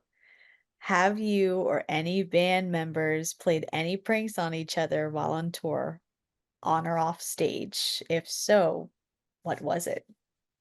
That's a good question. I don't think we've ever done like pranks. I think like I think the tension is like pretty high to begin with. I think that um yeah, I don't think that we, not that like we don't have fun or anything, but I think that like when we're on tour together, like I like to think that we all honor the job that we're there to do a Yeah, lot, and I think that we all honor the fact that tour is a different experience for every person, and tour is not easy for anybody. yeah, Tour is hard for everyone, and we all deal with it and we all process it in different ways. Again, like we all have our small meditations, we all have our routines, we all have our things that we do to help us get through it. And I think that in a way, like when you are on tour, it's sort of you versus the entire world, and everything else in the world is trying to work against you. Everything is trying to stop you from getting to your show on time. It's trying to stop you from staying where you want to stay. It's trying to stop you from getting your merch where it needs to be.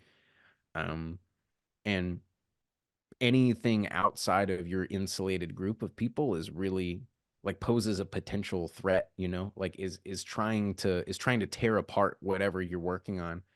And so I think knowing that and being conscientious of that, I think we have a very strong sense of trying to be each other's safe place on tour. Like, hey, no, like these 4 or 5 people that you're in this, like these are the 5 people in the whole world that like will never do anything to try to slow you down. right.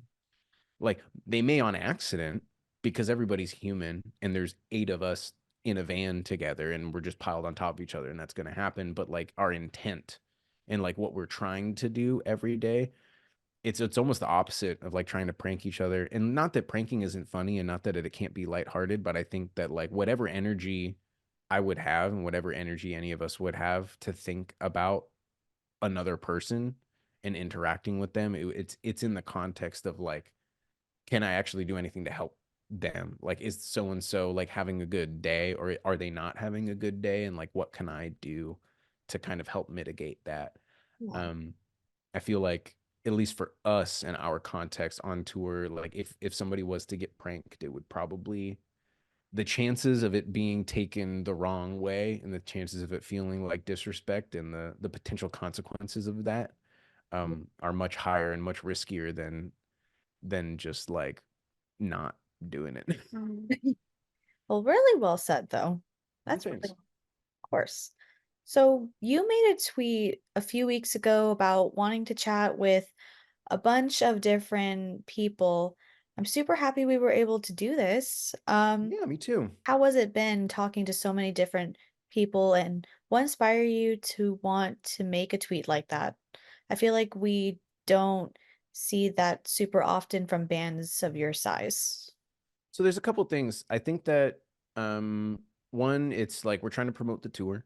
Mhm. Again, like we kind of, as I said before, like our band and our business is set up in a way that like we are the bosses. Like we don't have a record label who's hiring like PR firms and marketing firms to like go and do promotion for us. We don't have um like we don't have a PR firm like on file. Like we don't have those kinds of connections. Like it's pretty much that we announce the tour and it goes through our social media channels, and the venues announce the tour and it goes through their social media channels, and then whoever finds it finds it.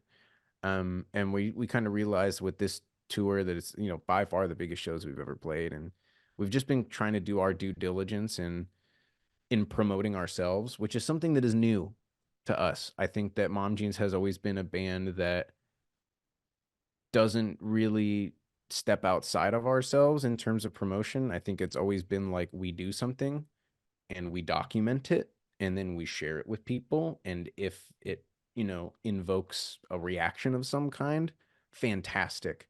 And if not, well, all right, business as usual. Like we're never expecting anything to be crazy or to blow up or go wild, right? And I think that this tour is kind of one of our first times really like being like, okay, like here's a big fucking tour. Like, please come to this, because if you don't, we're gonna feel pretty bad about ourselves.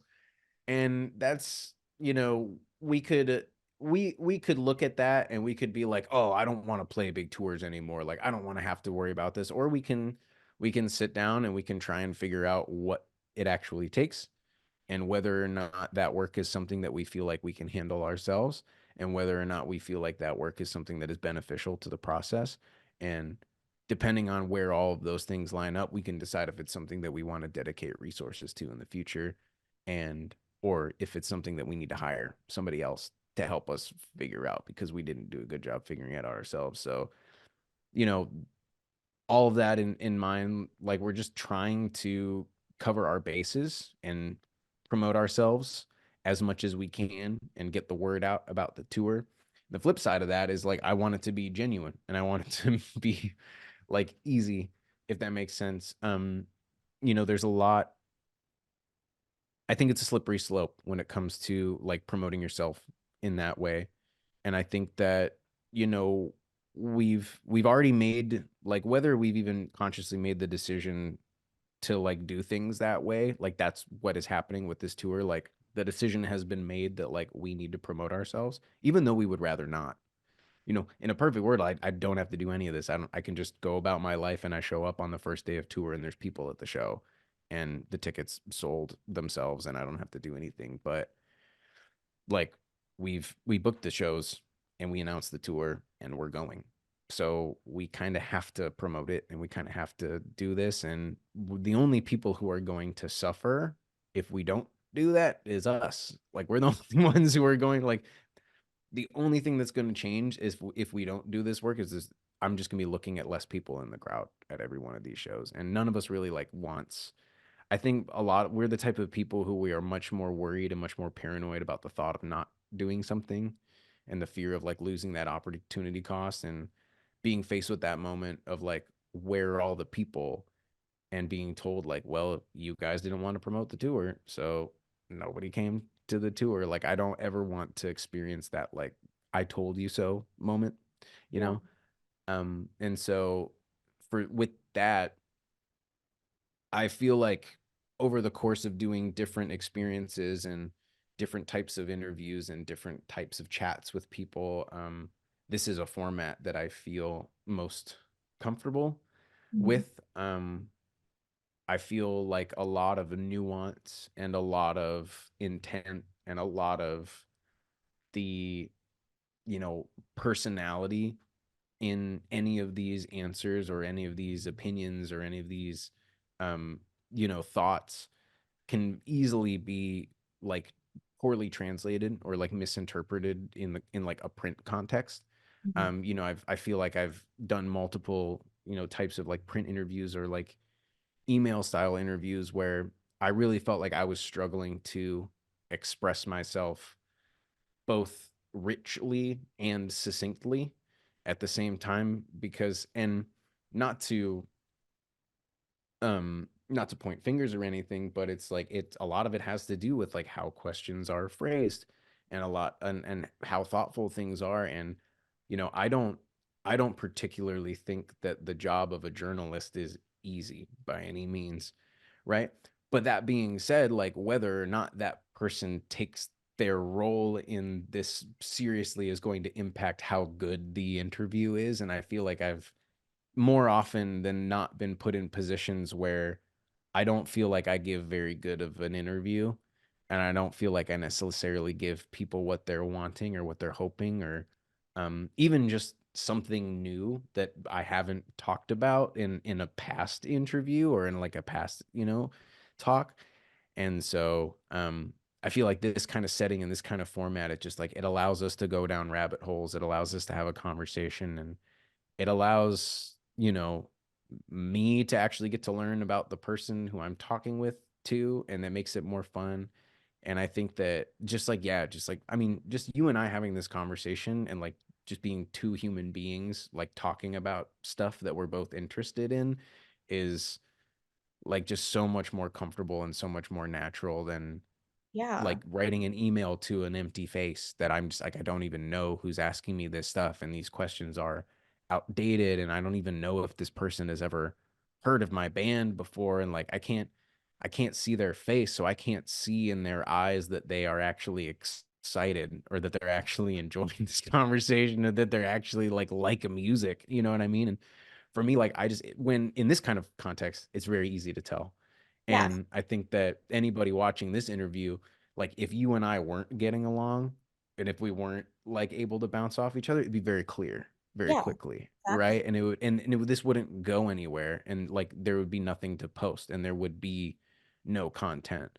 But it's like so many of these like other kind of formats, I feel like it just gets like kind of snipped up, and they just if you give a crappy interview, they just like make whatever they can out of it. And next thing you know, like I'm in some like magazine or something, like answering like giving bad answers because I was frustrated that the questions didn't really go anywhere. So I Like, appreciate yeah. you taking the time and sitting down with me and allowing me to be my yappy self.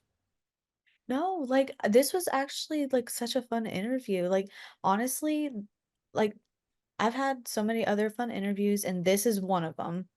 Like it was so refreshing and enlightening to like learn more about mom jeans, like and what to expect at like shows, especially if it's like thoughtful and like over the top. Like that it's great like knowing you and knowing like how fun this band is. Like also y'all, to anyone watching, this it's fun. That Mom Jeans is a fun band. Yeah, and for what it's worth, I think like in a sense, I appreciate that you said that because I think that anybody who is interested in getting to know the band, I would say it's worth trying to get to know me Yeah. or trying to get to know us because um I can't speak on anybody else's band. I can't speak on anybody else's relationship with music, but for us, like there is like I said, there's no bullshit. Like there's no smoke and mirrors. Like that like this band is very much just a reflection. It's an extension of our personalities. It's an extension of our friendships. Like we're only ever going to do the stuff that we like.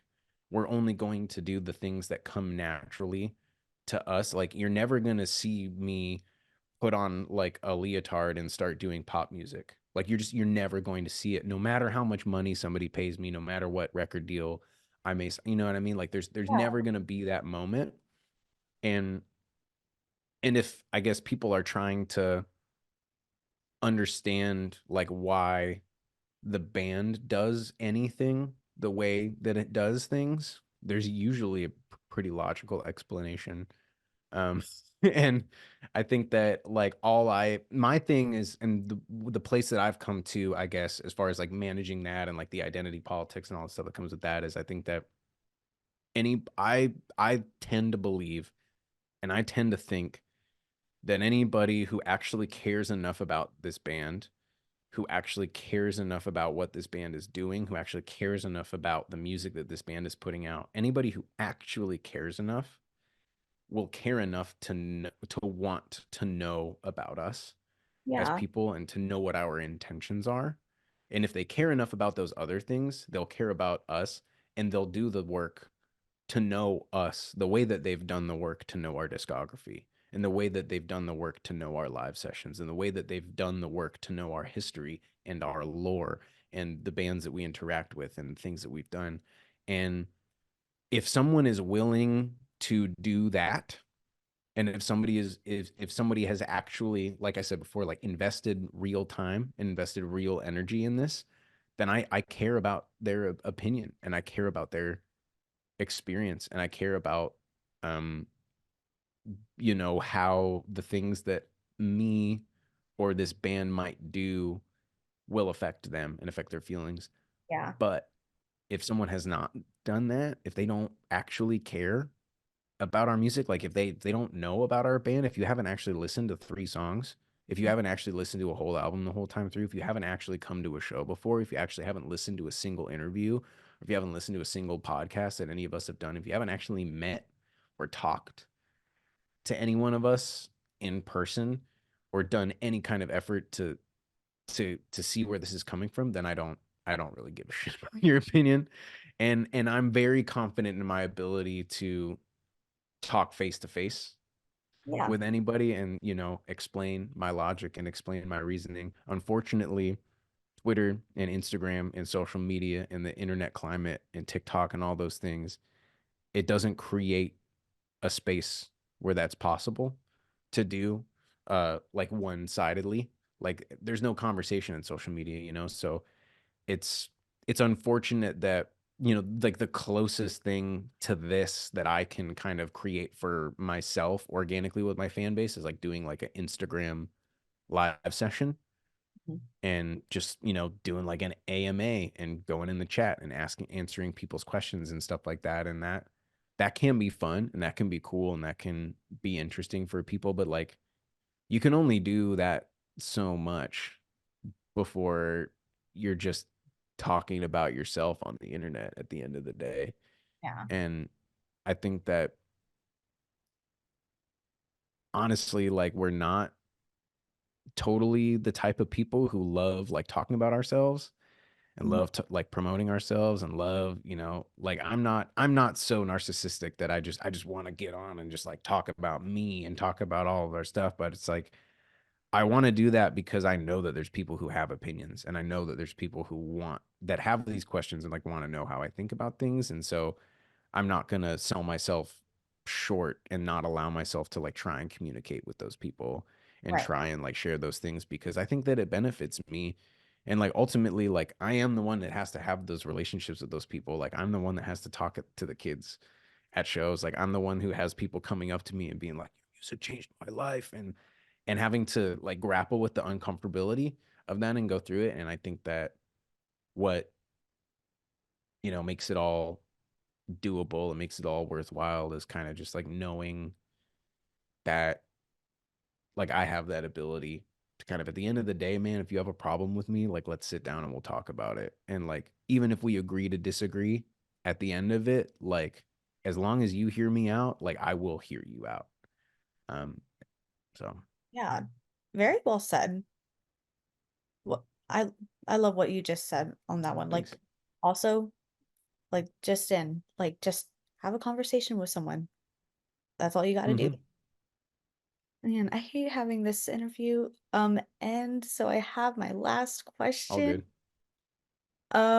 If you had to share one last thing with us today, what would it be? All right, at risk of sounding like I'm getting up on a soapbox, I'll give you my one spiel.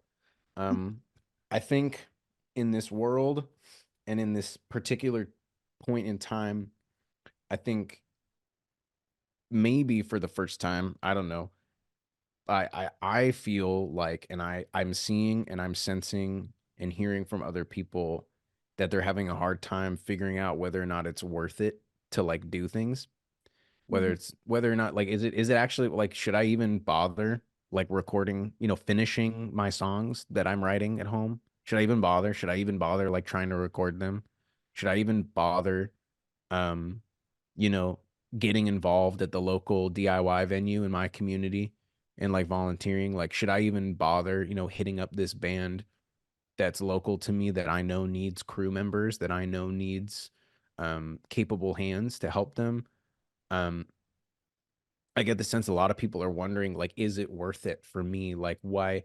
Like, what do I have to offer? And the reality is, in my personal opinion, I think it is so much more worth it to do things than to not. In that same mentality, I think so many people right now are basing the way that they relate to the world on things that they don't like and things that they don't fuck with.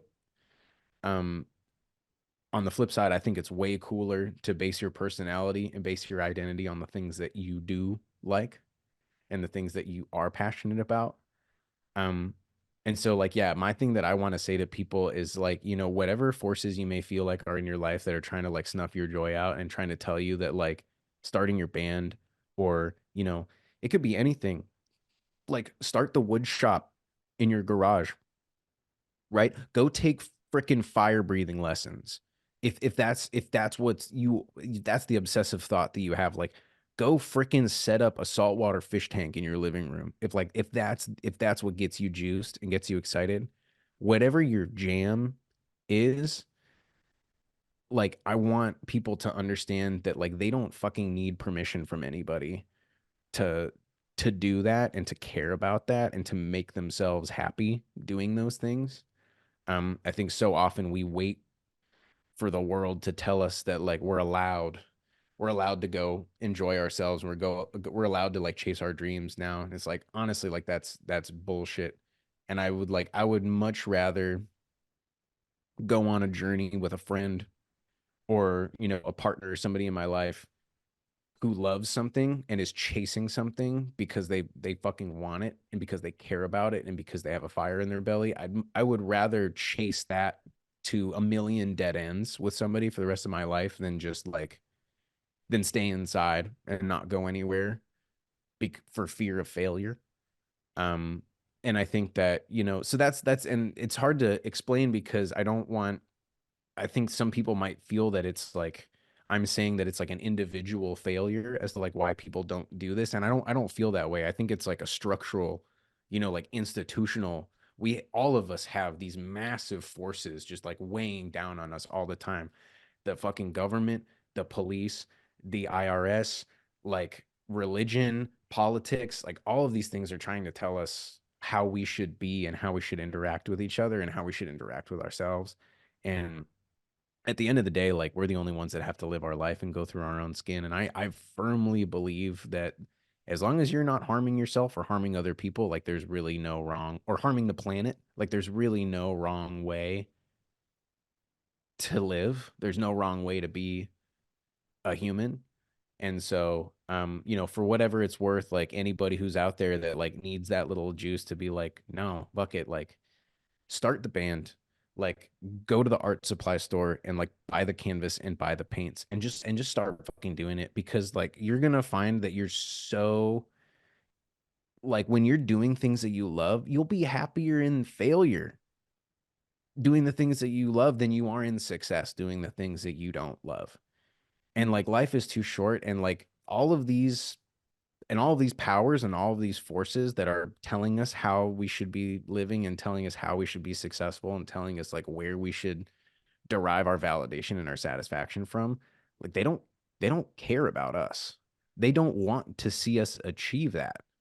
And they don't care if that success or that type of validation is what we actually want and what is actually going to make us feel like useful people. There's only a certain type of person who's cut out to be a software engineer. There's only a certain type of person who's cut out to be a doctor. There's only a certain type of person who's cut out to be like an EMT. There's only a certain type of person who's cut out to work retail for their entire life. And like until you find like what your thing is and like let it kill you, like I don't think anybody's ever going to be happy or satisfied or validated just doing the status quo. So give yourself permission to like love the things that you love unabashedly. And I promise you, like the people who have the greatest potential and the greatest ability to change your life for the better, they're going to find you and they're going to find you faster and they're going to hit you harder when they do find you. Yeah. So honestly, just like start, and it's better to try than to not try at all, basically. Absolutely. It's And so much better to try. And that's not even like that's just like a life thing. Like it's so much better to try. It's so much better to care. It's like it's better to love and lost and than never love at all, right? It's corny, but I firmly believe that. I think that like that is what the truth of human existence is like we are here to connect with other people and we are here to like find the thing that ignites that spark in us and makes us not want to go to bed, that makes us like have to get up early, that makes us leave like 15 minutes before we actually need to leave because I just can't spend another 10 minutes waiting around. yeah, And I think that as a fellow human being to everybody on the planet, like I so wish and hope that for them. And I think that that is something that all of us are entitled to, and it's something that I hope all of us get to experience in our lifetime. wow. That was really deep. And I know I've said this before, but seriously, well said. Thank you. Amazing. Well, thank you, Eric, so much for meeting with me. And I had so much fun with this Of interview. course, I had a great time too. Thanks for sitting down and chatting with me. Oh, yeah, of course. So, again, thank you so much. And hopefully, we'll see you soon.